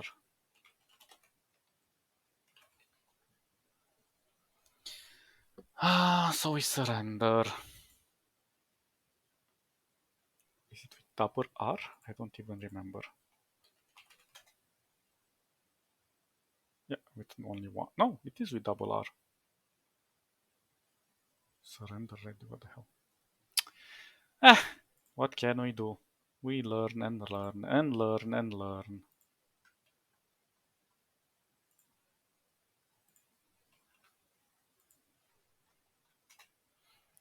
So. Uh,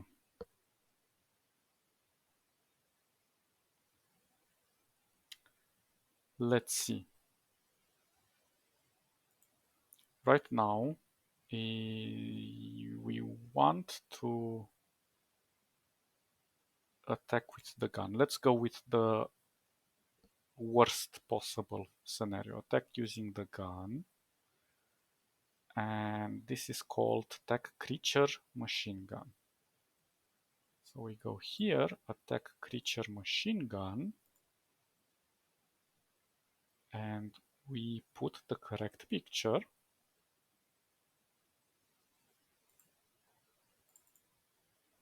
which is this one.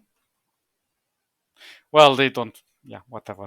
You can put the naming a bit better than I did to make more sense.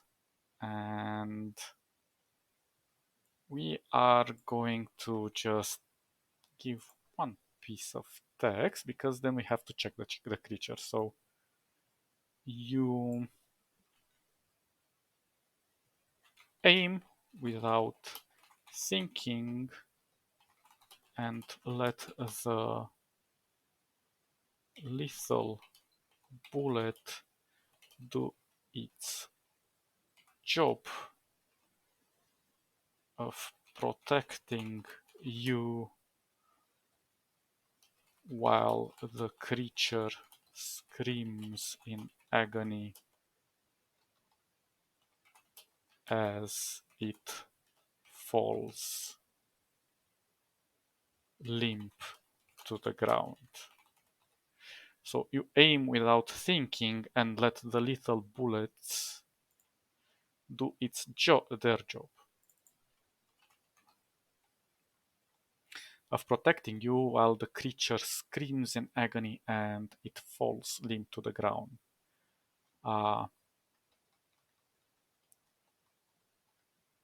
You build you build up the courage and get closer to the creature to inspect it.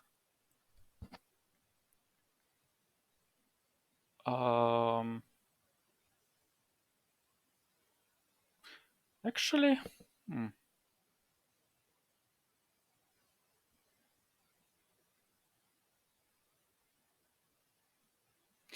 I'm kind of thinking, should we inspect the creature or should we give another option where he runs away after he shot the creature? And that's kind of the end of that scenario.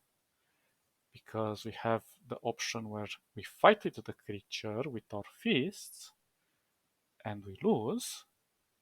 And we have the option to talk with the creature and we see what happens from there. But if we run away,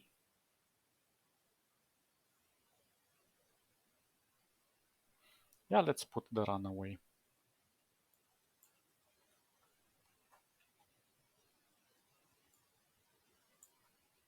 Run away. Run away. End. Because it ends. Well, let's... Run away and it's ending. And maybe after you check the creature, you also run away. Let's just put run away. Because we know it's gonna be an ending. We can type here that it's an end. So we know that the game is ending.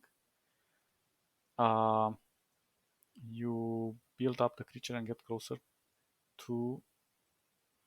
You build up the courage and get closer to the creature.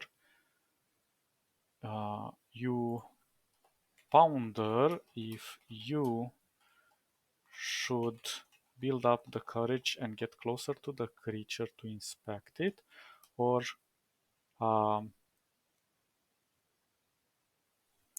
or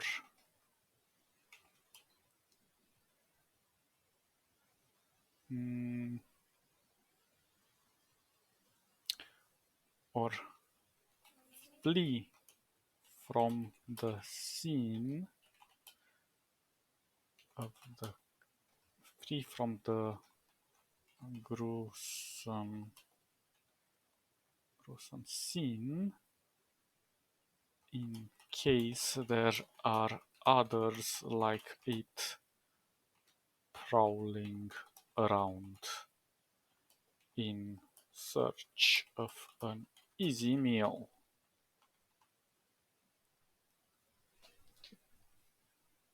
How do you type gruesome? Gross. Ah, time to search. Like that. That's how you type it correctly. Um, Okie dokie. So.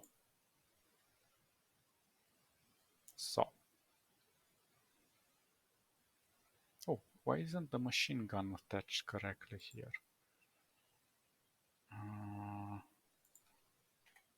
Oh, there we go. We forgot to put the BR.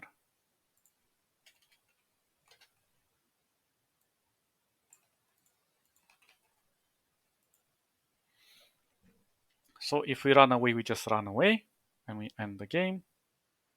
But if we check the creature, we just go closer. We don't have these two files created. We will do them in a moment. So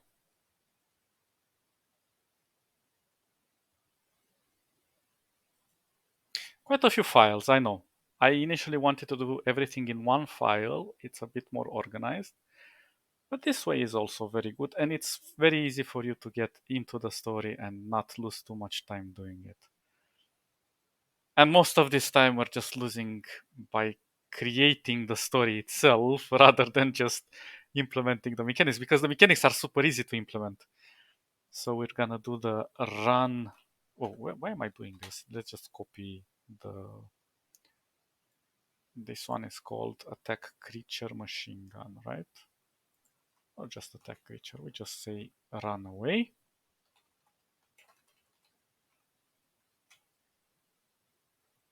And to the run away, we just say as you make your way back to civilization, you hear the wails of unholy mon. You hear unholy. Wrote something else. You hear the unholy wails of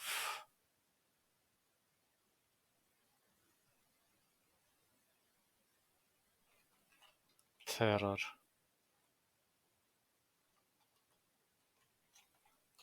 The end. I'm running out of ideas here. As you make your way back to civilization, you hear the unholy wails of terror, of holy wails. You hear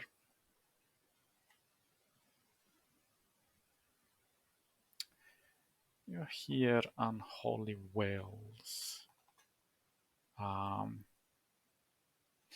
in the far distance.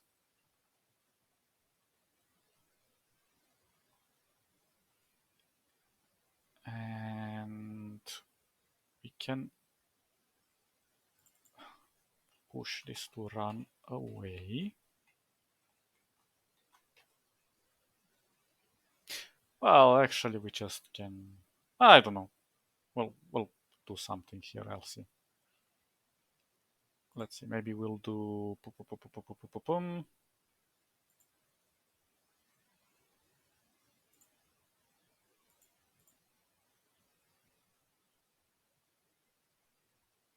I forgot to activate this. Damn it. Well, let's do it correctly then, shall we?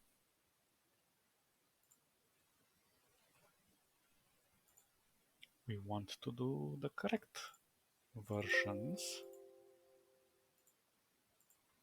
So this is one group. Can name it fist so we know what we're doing. This is another group, hands.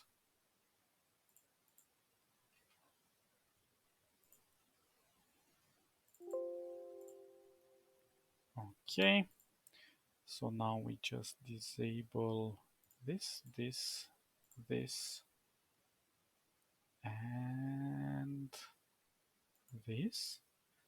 And we're going to put here the end, whatever.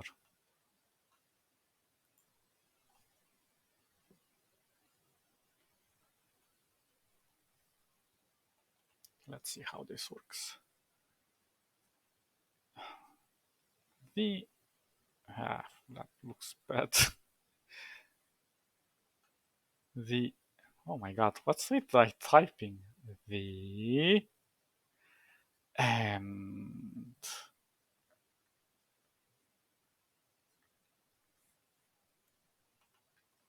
whatever. So run away.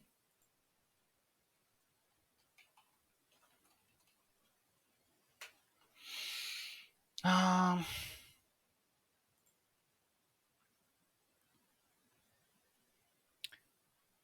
and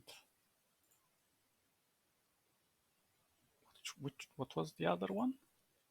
After you attacked with the machine gun? Check creature.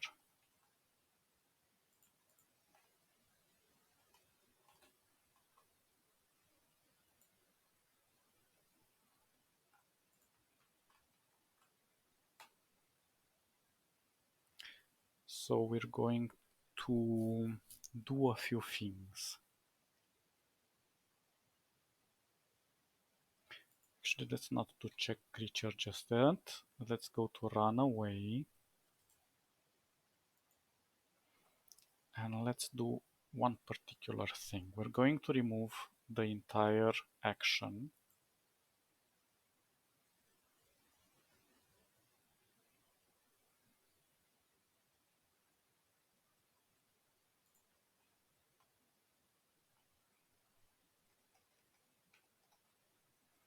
And let's see.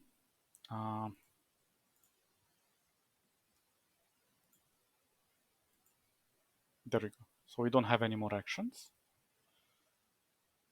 And we can say here,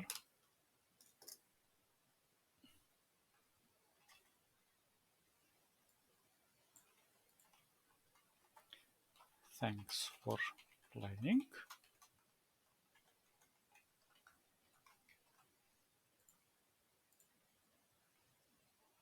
But let's make it interesting. Let's put it in italics.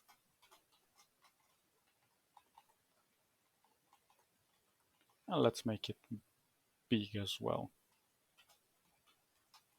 Not like that.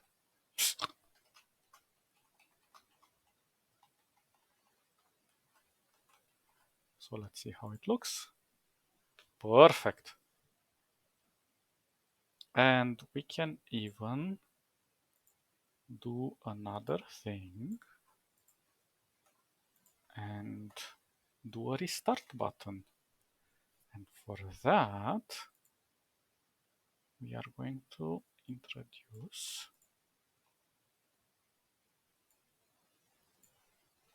replay and index. There we go. Easy peasy. If we're gonna press replay, we're taken back to the beginning where we fell. So we can go explore cave, pick up machine gun, attack using the machine gun, and run away. For now, this does one path. I'm gonna leave the I'm gonna leave the approach creature with the machine gun after you take shot it down afterwards, because I want to leave a more impactful element there. So attack creature, run away. Now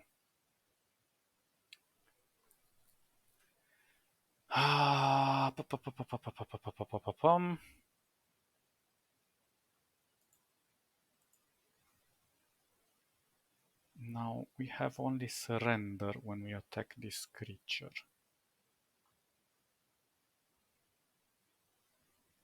So explore cave, exit cave, attack with your fists. Now we need to tell it that it's going to be a fist fight with the creature.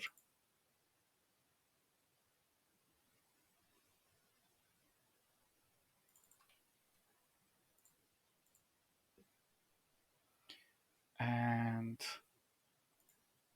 now let's see what happens here.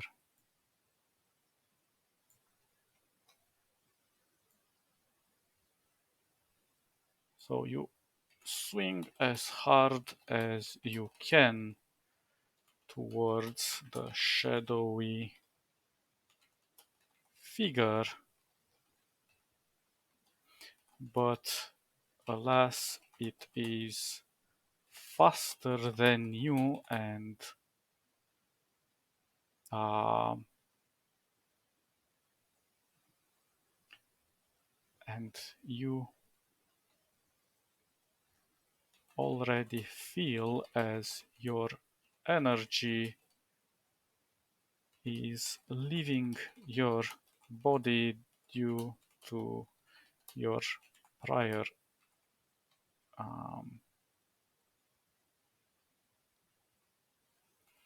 injuries sustained in the fall, from the fall.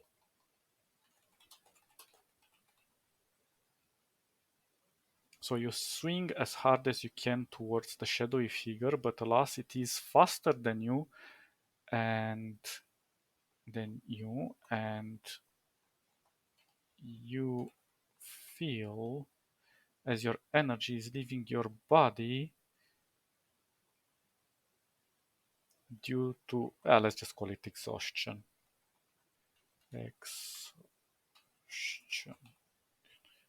Exhaustion and dehydration.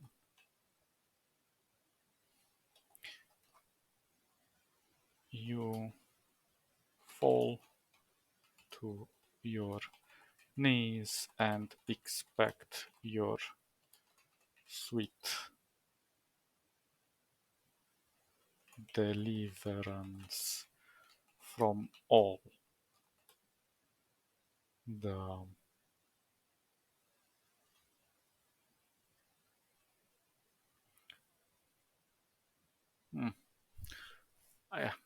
pain kind of sounds weird. So from all, anyways, your sweet deliverance from,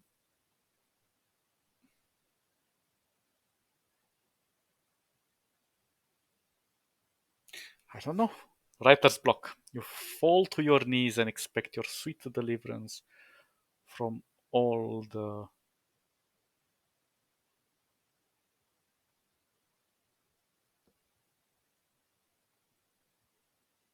from all these undesired experiences.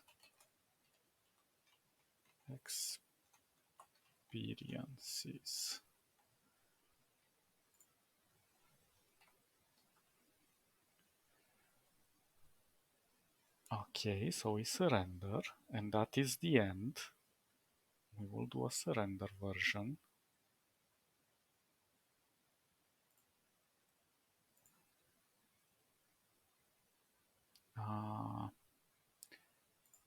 It's gonna be like this.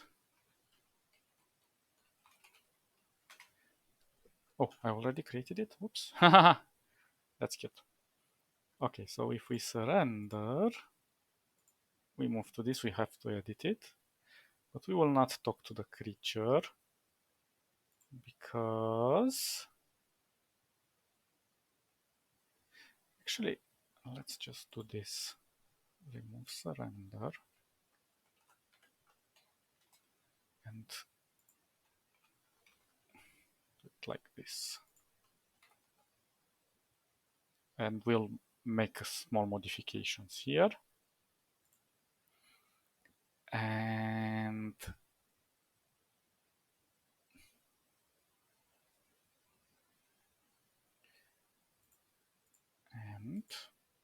if we move towards the creature,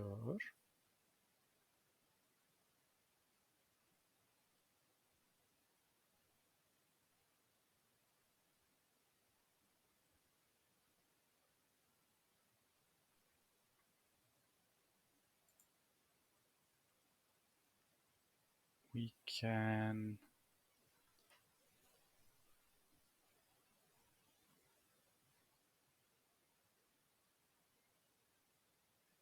well, if you move towards the creature, you're already talking with the creature at that point, so it should go to the same ending as the surrender.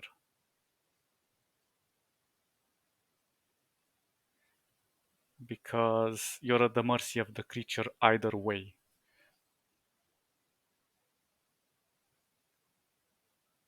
So we're gonna tell it move towards the creature.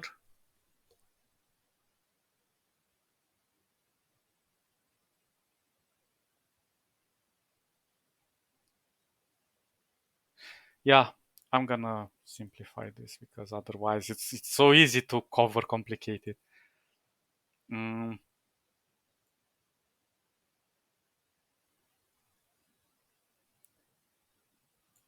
Well, not call surrender. Let's see.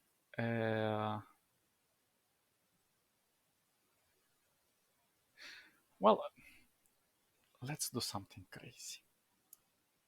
So we're attacking. Let's approach the creature.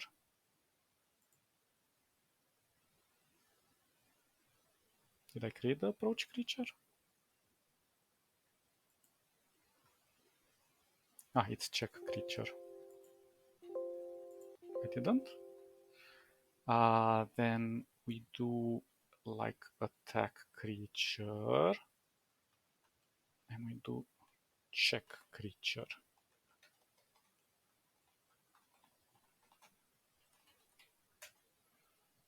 And then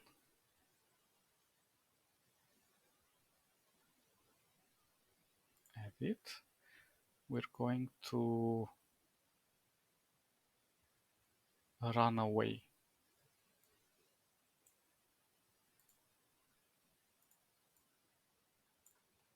This is the only option we have.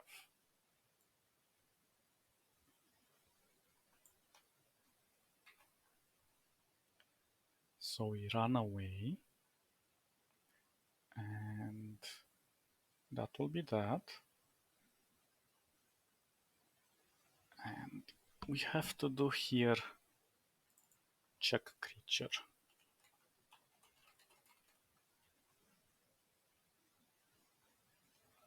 So you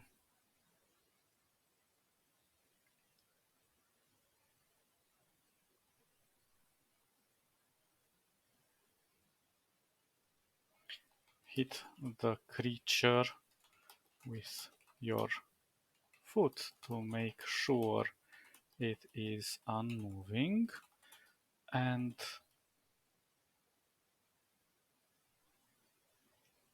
realize that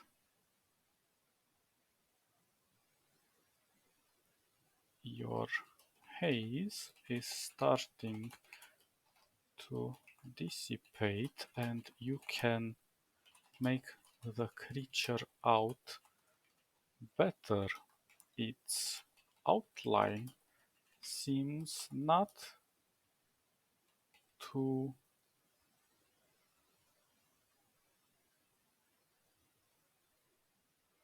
different from yourself.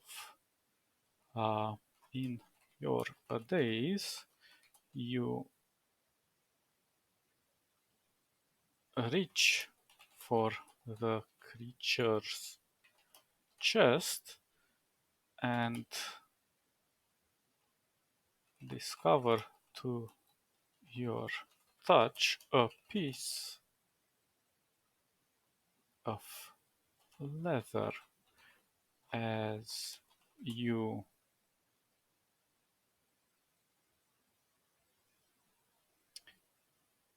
pull it out, pull it away, you realize it is a wallet. So let's opening the wallet. You see a small picture of the figure you just gunned down together with two smaller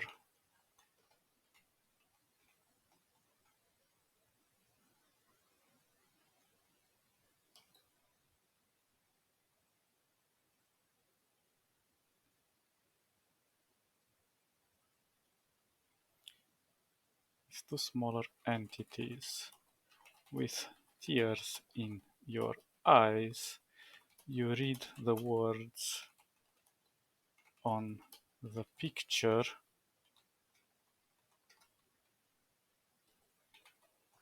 We love you, Daddy.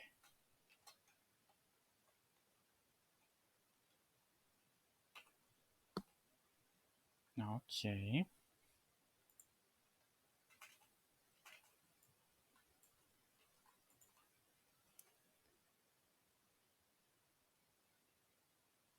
Well, let's push this here.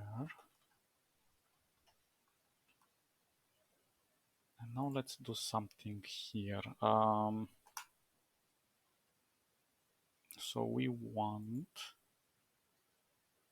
to make a wallet. Let's see if we can make a wallet. Maybe I can remove one of the hands. I can find the hands.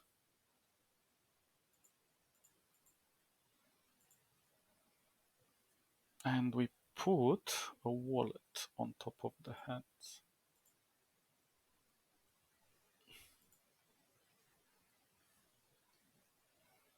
So we do. Wait. That's too much.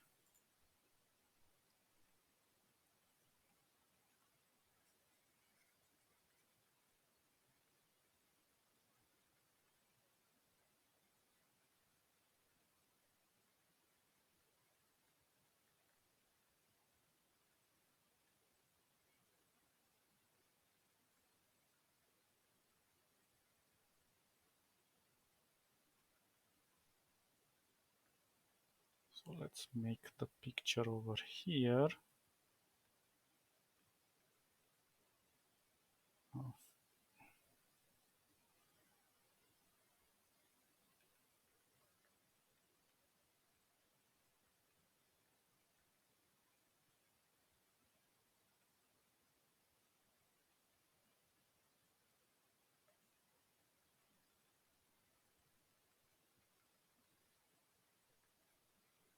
Maybe I should put the other hand as well.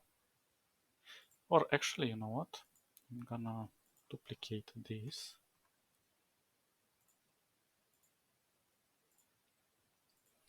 I'm gonna move one of the hands a bit more like so. And the other one a bit like so.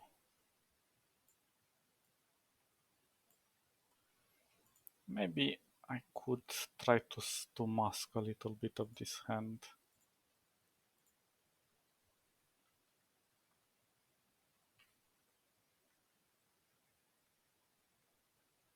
Just so we have something. I don't know. Doesn't have to be super clear. Um, let's also put the creature in the background.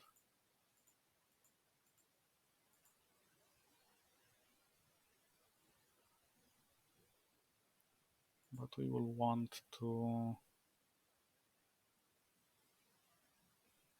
put the wallet and his hands on top of the creature.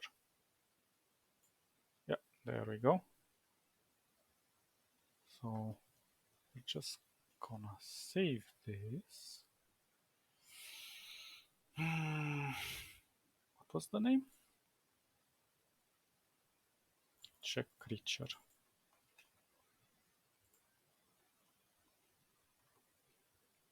Oh, of course, I could make it even more dramatic and say that you feel as you are the monster because you have been so dehydrated and you don't realize what you've done.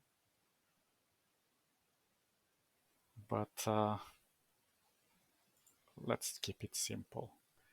So if we go back into the game,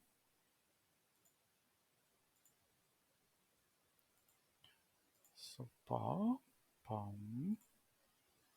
check the creature, and then run away.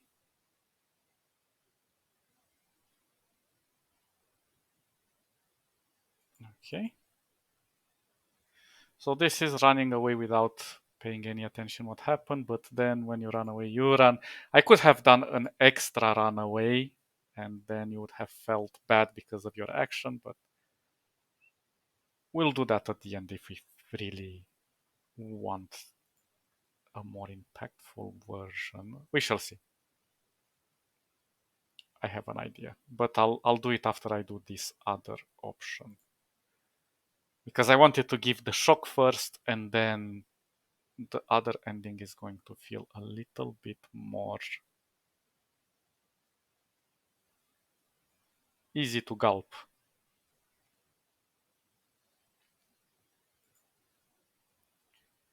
Um,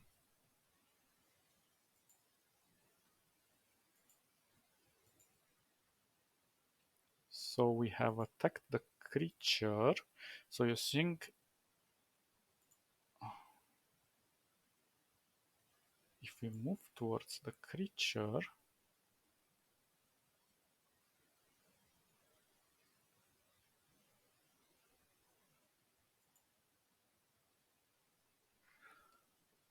hmm,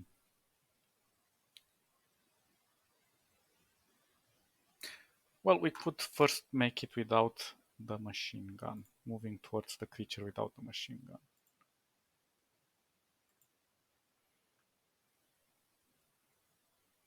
So here, when you move towards the creature, which is here,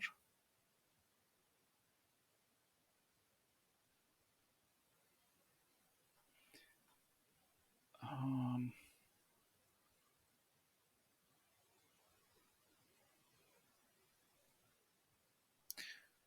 so move towards the creature, and if we attack it, it sends us to the surrender. If we talk to it, we realize who it is, and then we can surrender in quotes.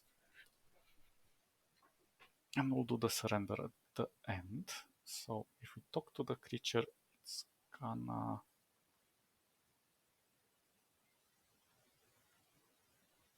surrender. So we are moved towards the creature. Then we have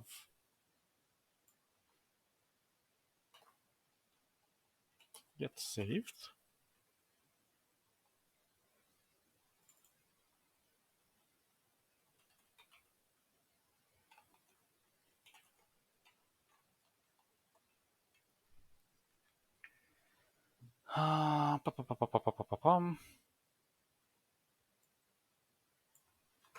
As you approach,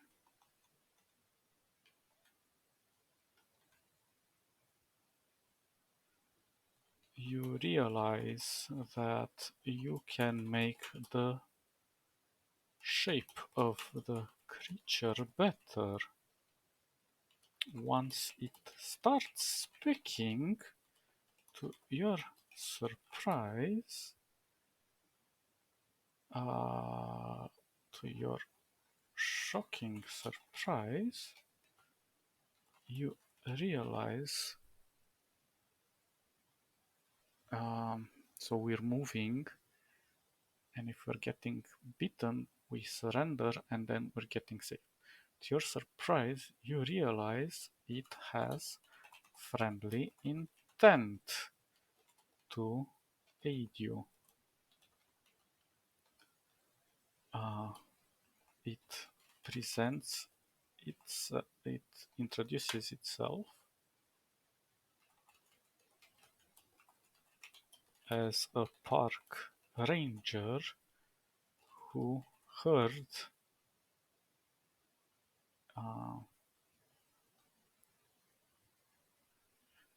who noticed your absence and came looking for you.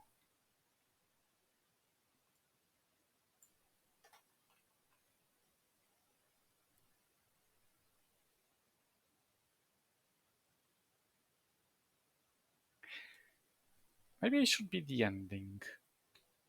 Or if I surrender, then I can.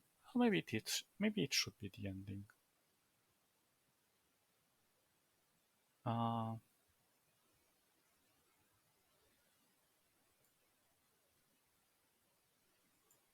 So we don't prolong too much, and then when you surrender, it comes into the approach. Yeah.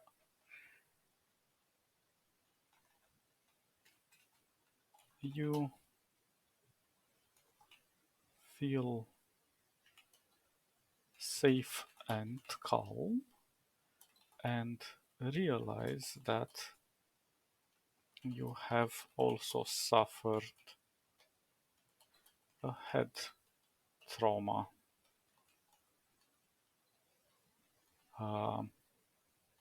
Making you delirious.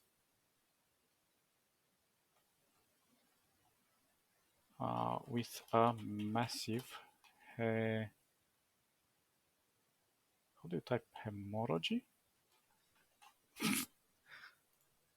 I'm a total noob. No, not hematology. Hemorrhage. It's totally not what I was writing.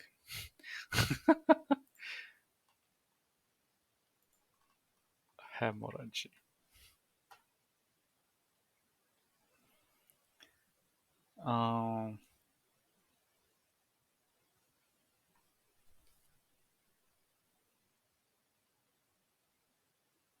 So you feel safe and calm and realize that you also suffered a head trauma, making you delirious with a massive hemorrhage.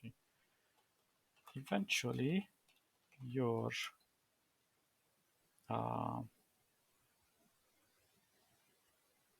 adventure has made it in the local papers, and now you are a small superstar.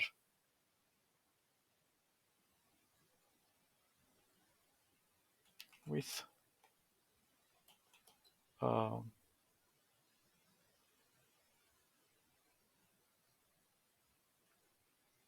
a tail to match. Eventually, your adventure has made it in the local papers, and now you are a small superstar with a tail to match. And then it is the end. So we're going to remove the actions.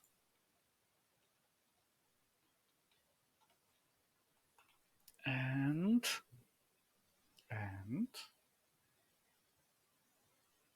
the image here, move towards creature, move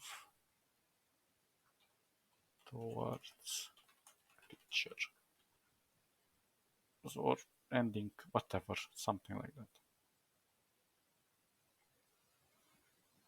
Mm.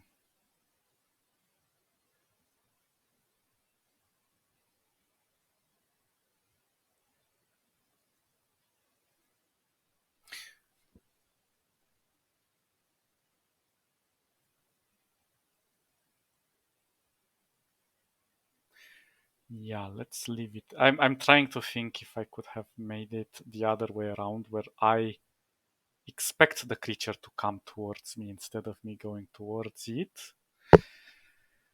But whatever, let's leave it as it is, and I'll just rewrite some of those stuff. Mm. So we move towards the creature, and this is the ending, right? Let's do this. We need to create the freaking image as well.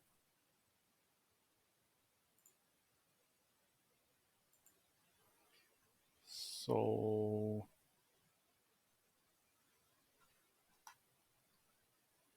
let's make the creature then.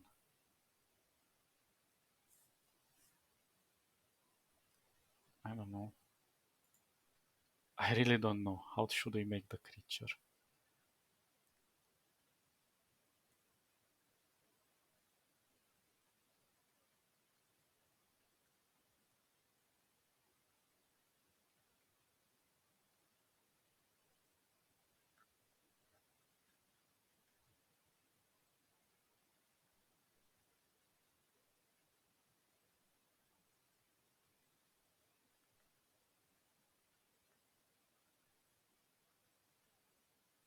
I don't know. Park ranger hat, whatever. And then we add the ears. Well, we did say it's about pigs.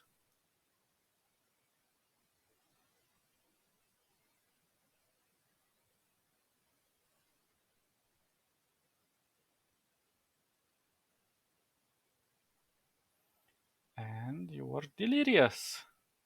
So you didn't know he meant well.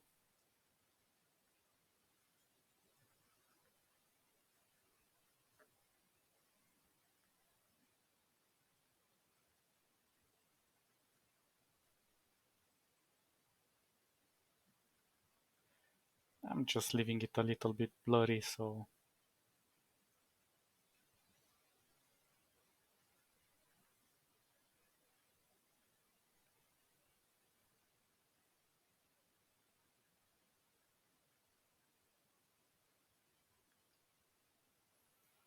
it's just, I don't know, a little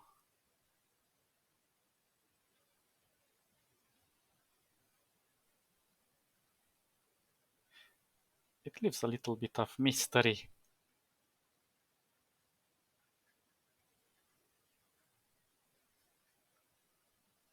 I don't know, I think I broke the nose a bit.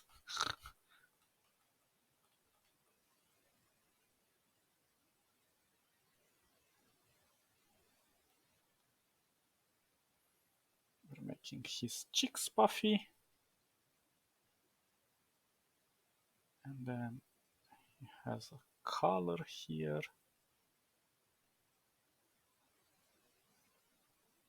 And whatever. This is a jacket or something.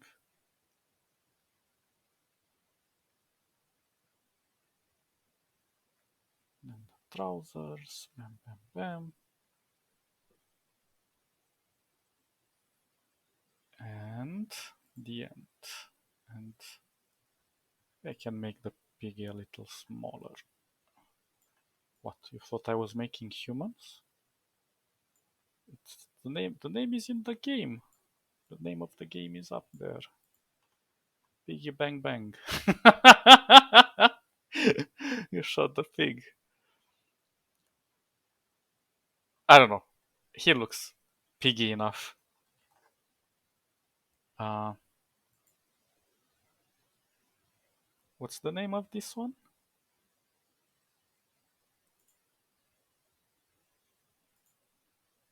I forgot. Where is the file? Move towards creature.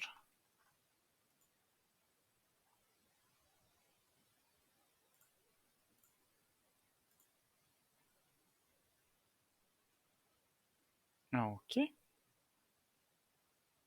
So as you approach, you realize that you can make the shape of the creature better once it starts speaking.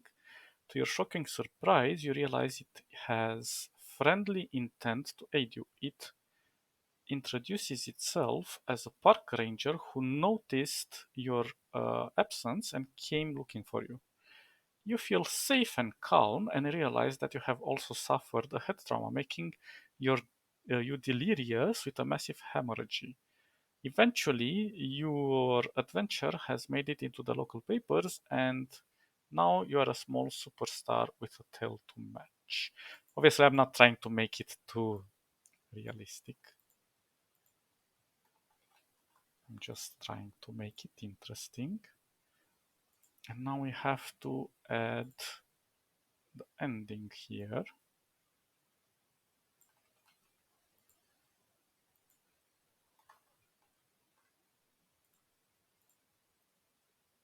Oh, I forgot to give a BR.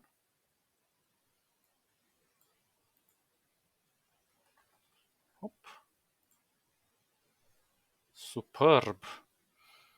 And now let's see how we can close the loop on the other one. So you attack with your fists, you get bitten, and then wait. Move towards creature. And then surrender should be kind of like move towards creature.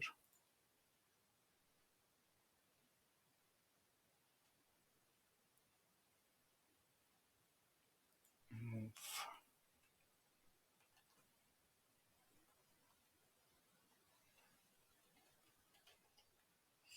Surrender. So if I duplicated the move towards creature,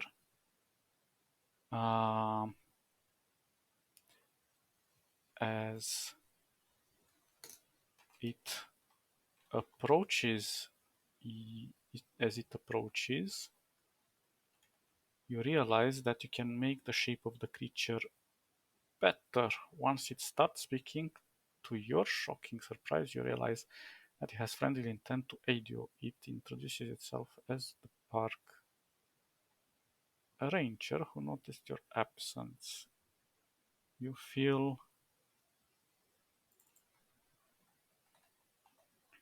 ashamed of your reaction,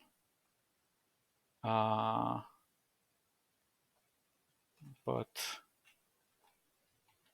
realizing that you have suffered a head trauma, making you delirious with a massive hemorrhage. Um, the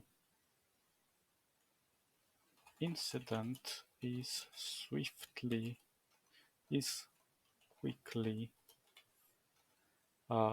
forgiven.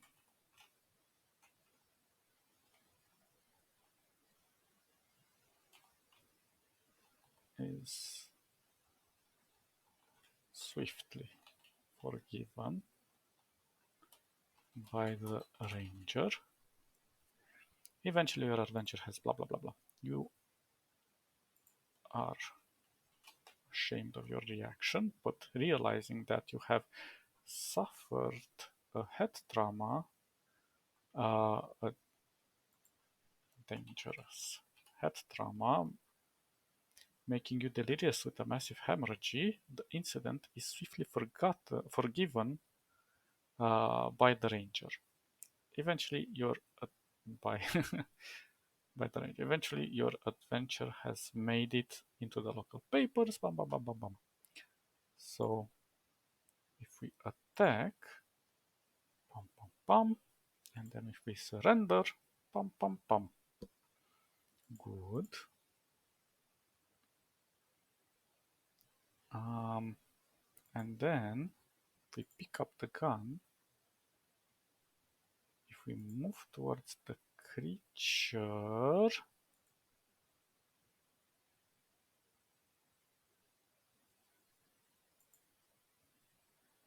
we have to move towards the creature.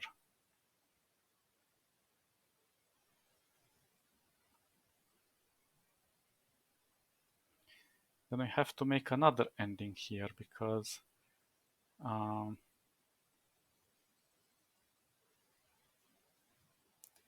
we have to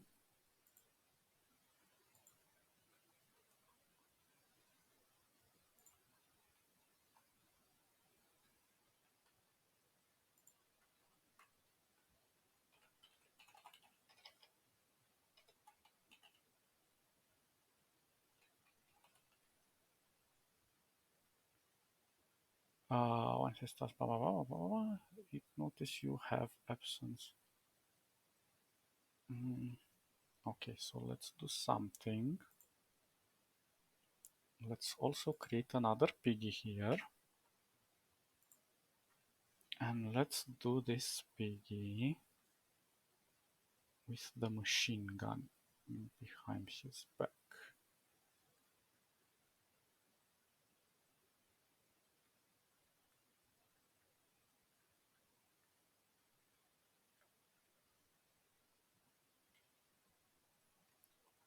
So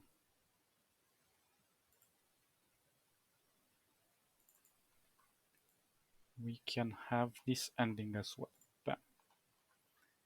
So we say that as you approach, you realize okay, shape of the creature. Once it starts speaking to you, shocking, blah blah blah. And notice, okay, you feel safe and calm, and realize you looking for you. The ranger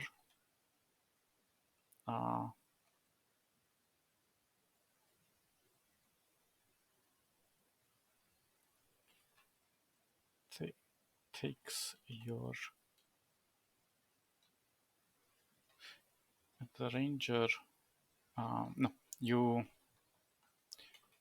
surrender the gun, but the indulgent requests of the obviously concerned ranger, you feel safe and calm, and you realize that you have also suffered a trauma, making a serious hemorrhage. You are thankful that things haven't gotten out of control and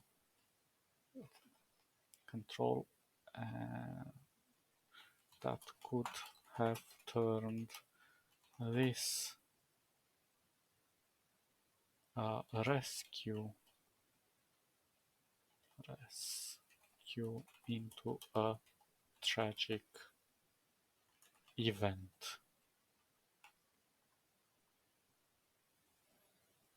Okay, let's see that. Move towards. Oh, come on.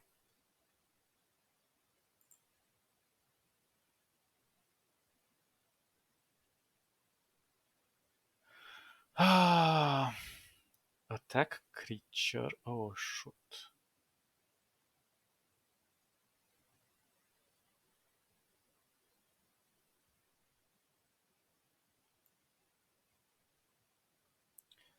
Well, my mistake.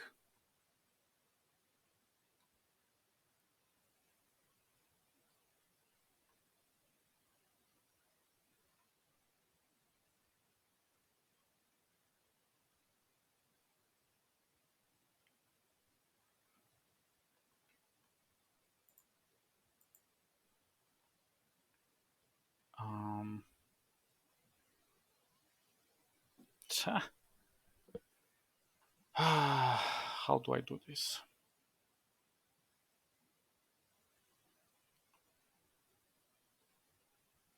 No, no, no. The other way. So Control C.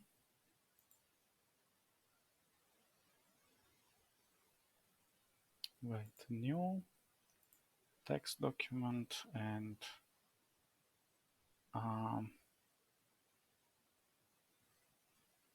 but I do have move towards creature. I'm silly.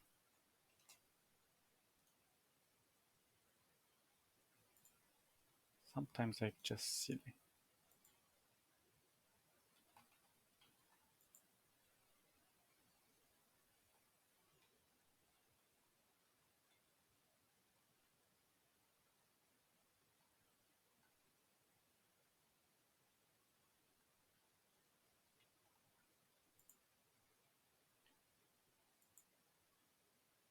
Okay.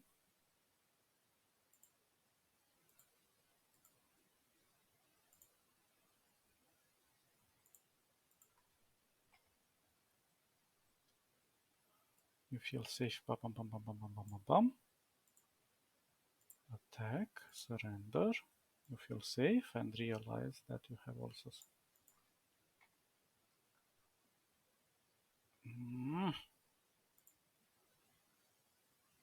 Yeah, I'm getting a little bit lost here.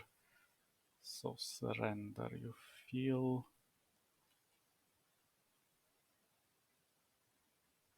ashamed.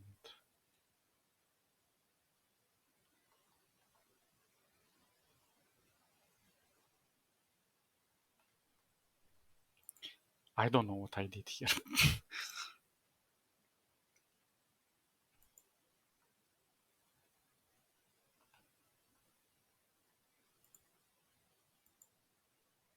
So surrender, okay. Attack, surrender. You feel ashamed. Move towards, you feel safe. Pick up the gun. Move towards the creature, you feel safe and you realize making you are thankful that things haven't gotten out of control. You surrender the gun. And if we attack, okay, when we move to it takes the gun, okay. And if we attack, we have messed something with the attack. Where is the attack?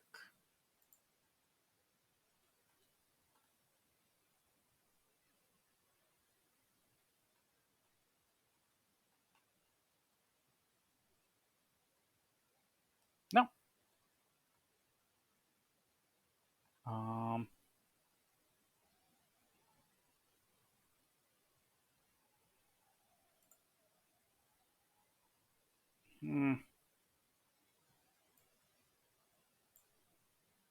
No, this one was supposed to be with.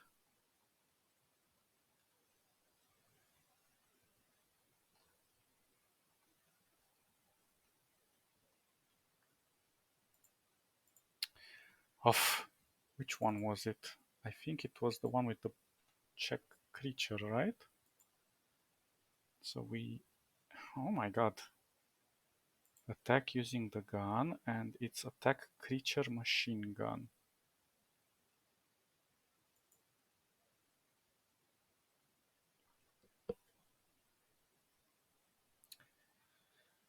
No, it was.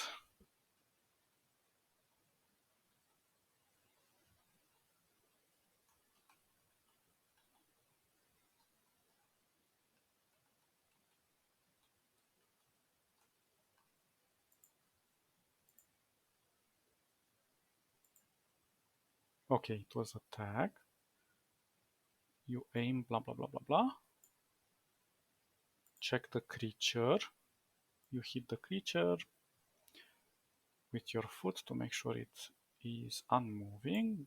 As you put, you realize the wallet opening. And we said we want to. Damn it.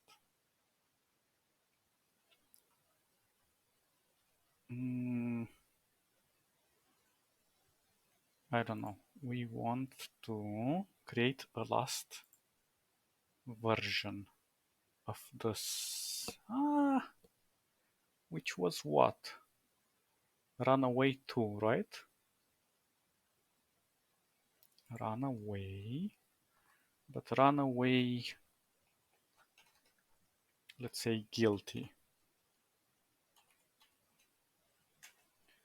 And this is gonna end. And runaway guilty. And we want to make a different ending here where we have not these hands.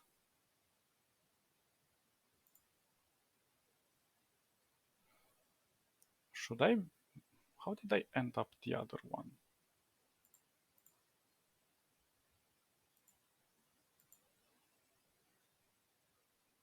Well, maybe I should run away with the gun. No? So I should enable this.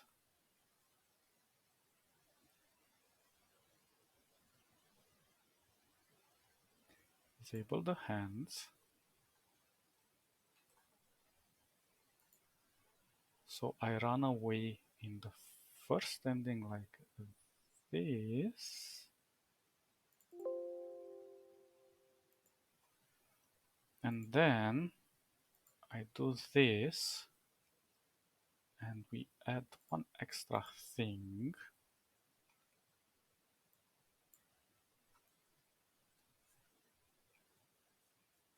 Where we just add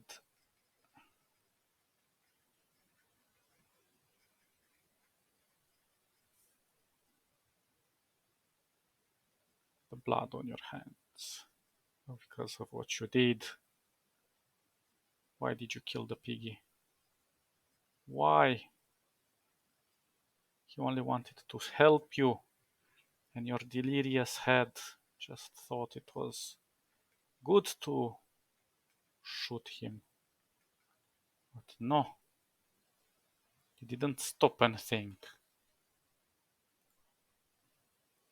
So it's run away.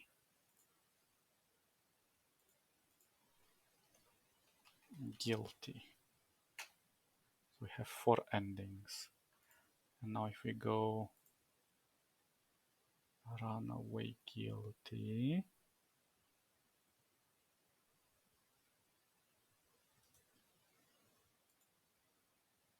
As you make your let's push something else. As maybe we should remove the end here, because obviously it's gonna be the end. And run away should also remove the end.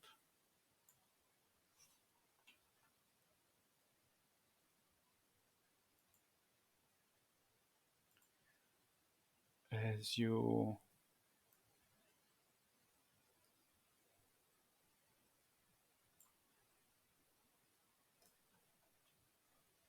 distance yourself from the scene of the crime, you hear unholy wails in the far distance. You can only hope that your monstrous attack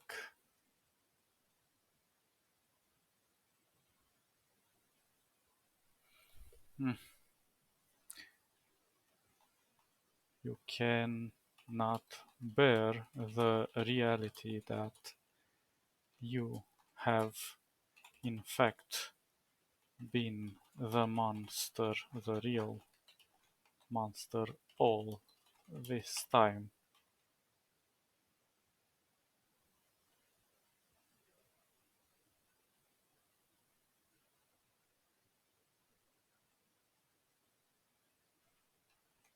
And you hope for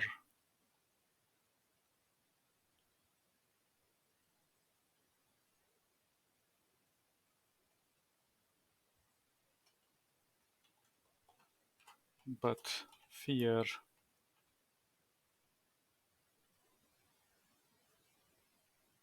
seems to be more powerful than guilt, and this propels you forward into the unknown of the forest, into the unknown depths of the forest. Okay, thanks for playing. Bum bum bum, replay.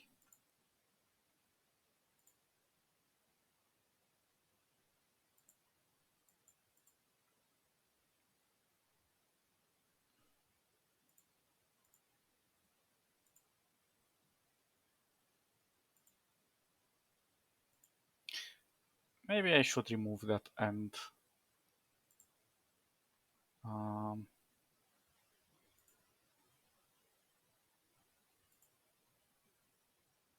Feels a bit forced in there. I can't even remember what was it. Move towards the creature, attack. Where are you? So attack creature, edit.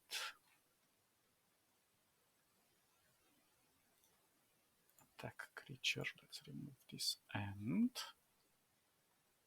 And the other one was? I am a little bit lost. So pick up the gun, attack using, and check the creature. Okay, check the creature.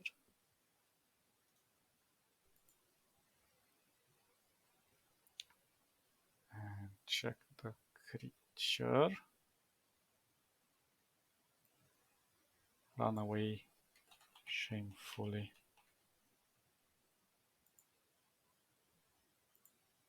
There we go.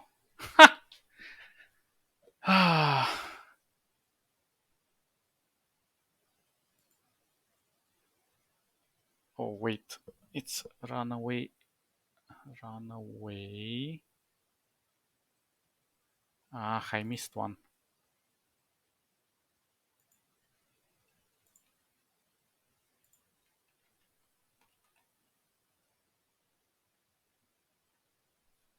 So check the creature.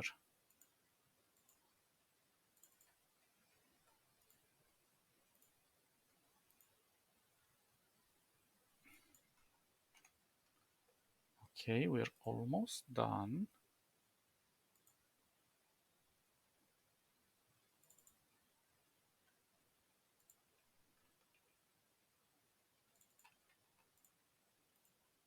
There we go. I think it's working. So explore the cave, pick up the gun, attack using the gun, check the creature, run away shamefully, and replay. Or explore the cave, pick up the gun, attack using this, run away.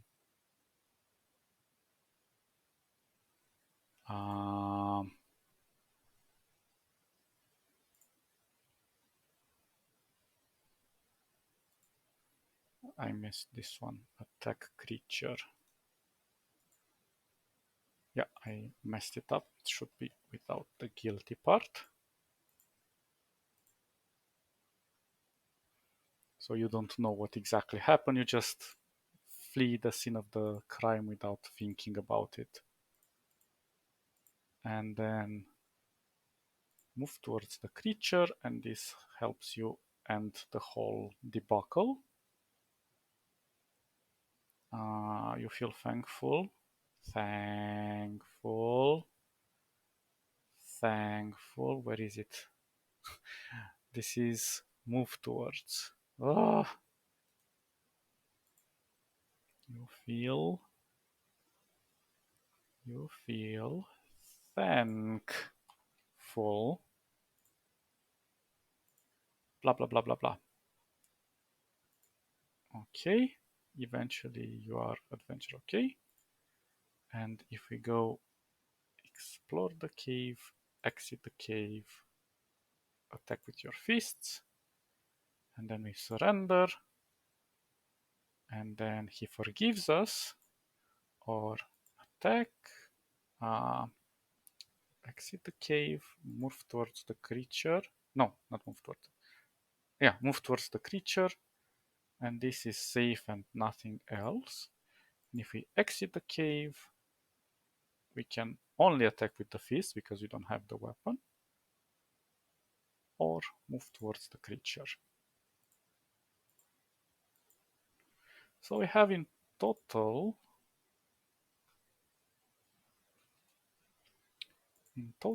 we have 12 pages.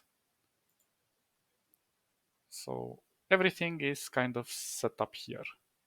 Now all I have to do is go here. I'm disconnected. I'm gonna upload it here and I'm gonna put the everything inside, and then you guys can enjoy the beautiful game and make your own. Hope it really inspired you guys to make some really amazing things that you can have fun with your friends and with strangers. And I suppose don't do criminal activities in your stories like I do to shock people, but be inventive. Make some beautiful romance stories with multiple choice, multiple endings, drama, llama, whatever you wish. Okay, guys, sorry it took 3 hours, but sometimes you just have to poke around, try things, see what works, what doesn't. Sometimes you get lost when there's too many things. Sometimes it's easier to just create a plan and stick to the plan. But I think we did quite all right. And the cool thing is, like, once this will be uploaded, if you want to download, you just have to right click on the page, view the source, just save it on your PC and it will work. And I'll also upload it on G Drive for you guys to download it from there, so don't worry. But that's the cool thing about HTML. You can download the entire source. It's all open source. There are no scripts, no nothing. Obviously, this could have done much, much faster with alternative coding. But as I said, I don't want you guys to focus on the tool, but rather on your creativity, and just make the tool in the tool small changes that just fit your requirements. Nothing too complicated. It's gonna take a long time to do something the way I did. But if you're curious and you want to make things far more complex with more actions, more interactions, more interesting mechanics, and so on, you can go and research past HTML. Even HTML has many more tags and many more mechanisms to its in its arsenal that you can use to create far more interesting interfaces. So get curious about it. Mm, And I recommend that you snoop around PHP as well, just tiny things, and you will see that you can create some really amazing things. So this is why I'm recommending this host, because it offers you the ability to use PHP. But alternatively, just use XAMPP and it should work. Now, that is enough for today. I have made your head explode and melt and be happy, and I'll catch you in the next episode. Bye bye bye bye bye.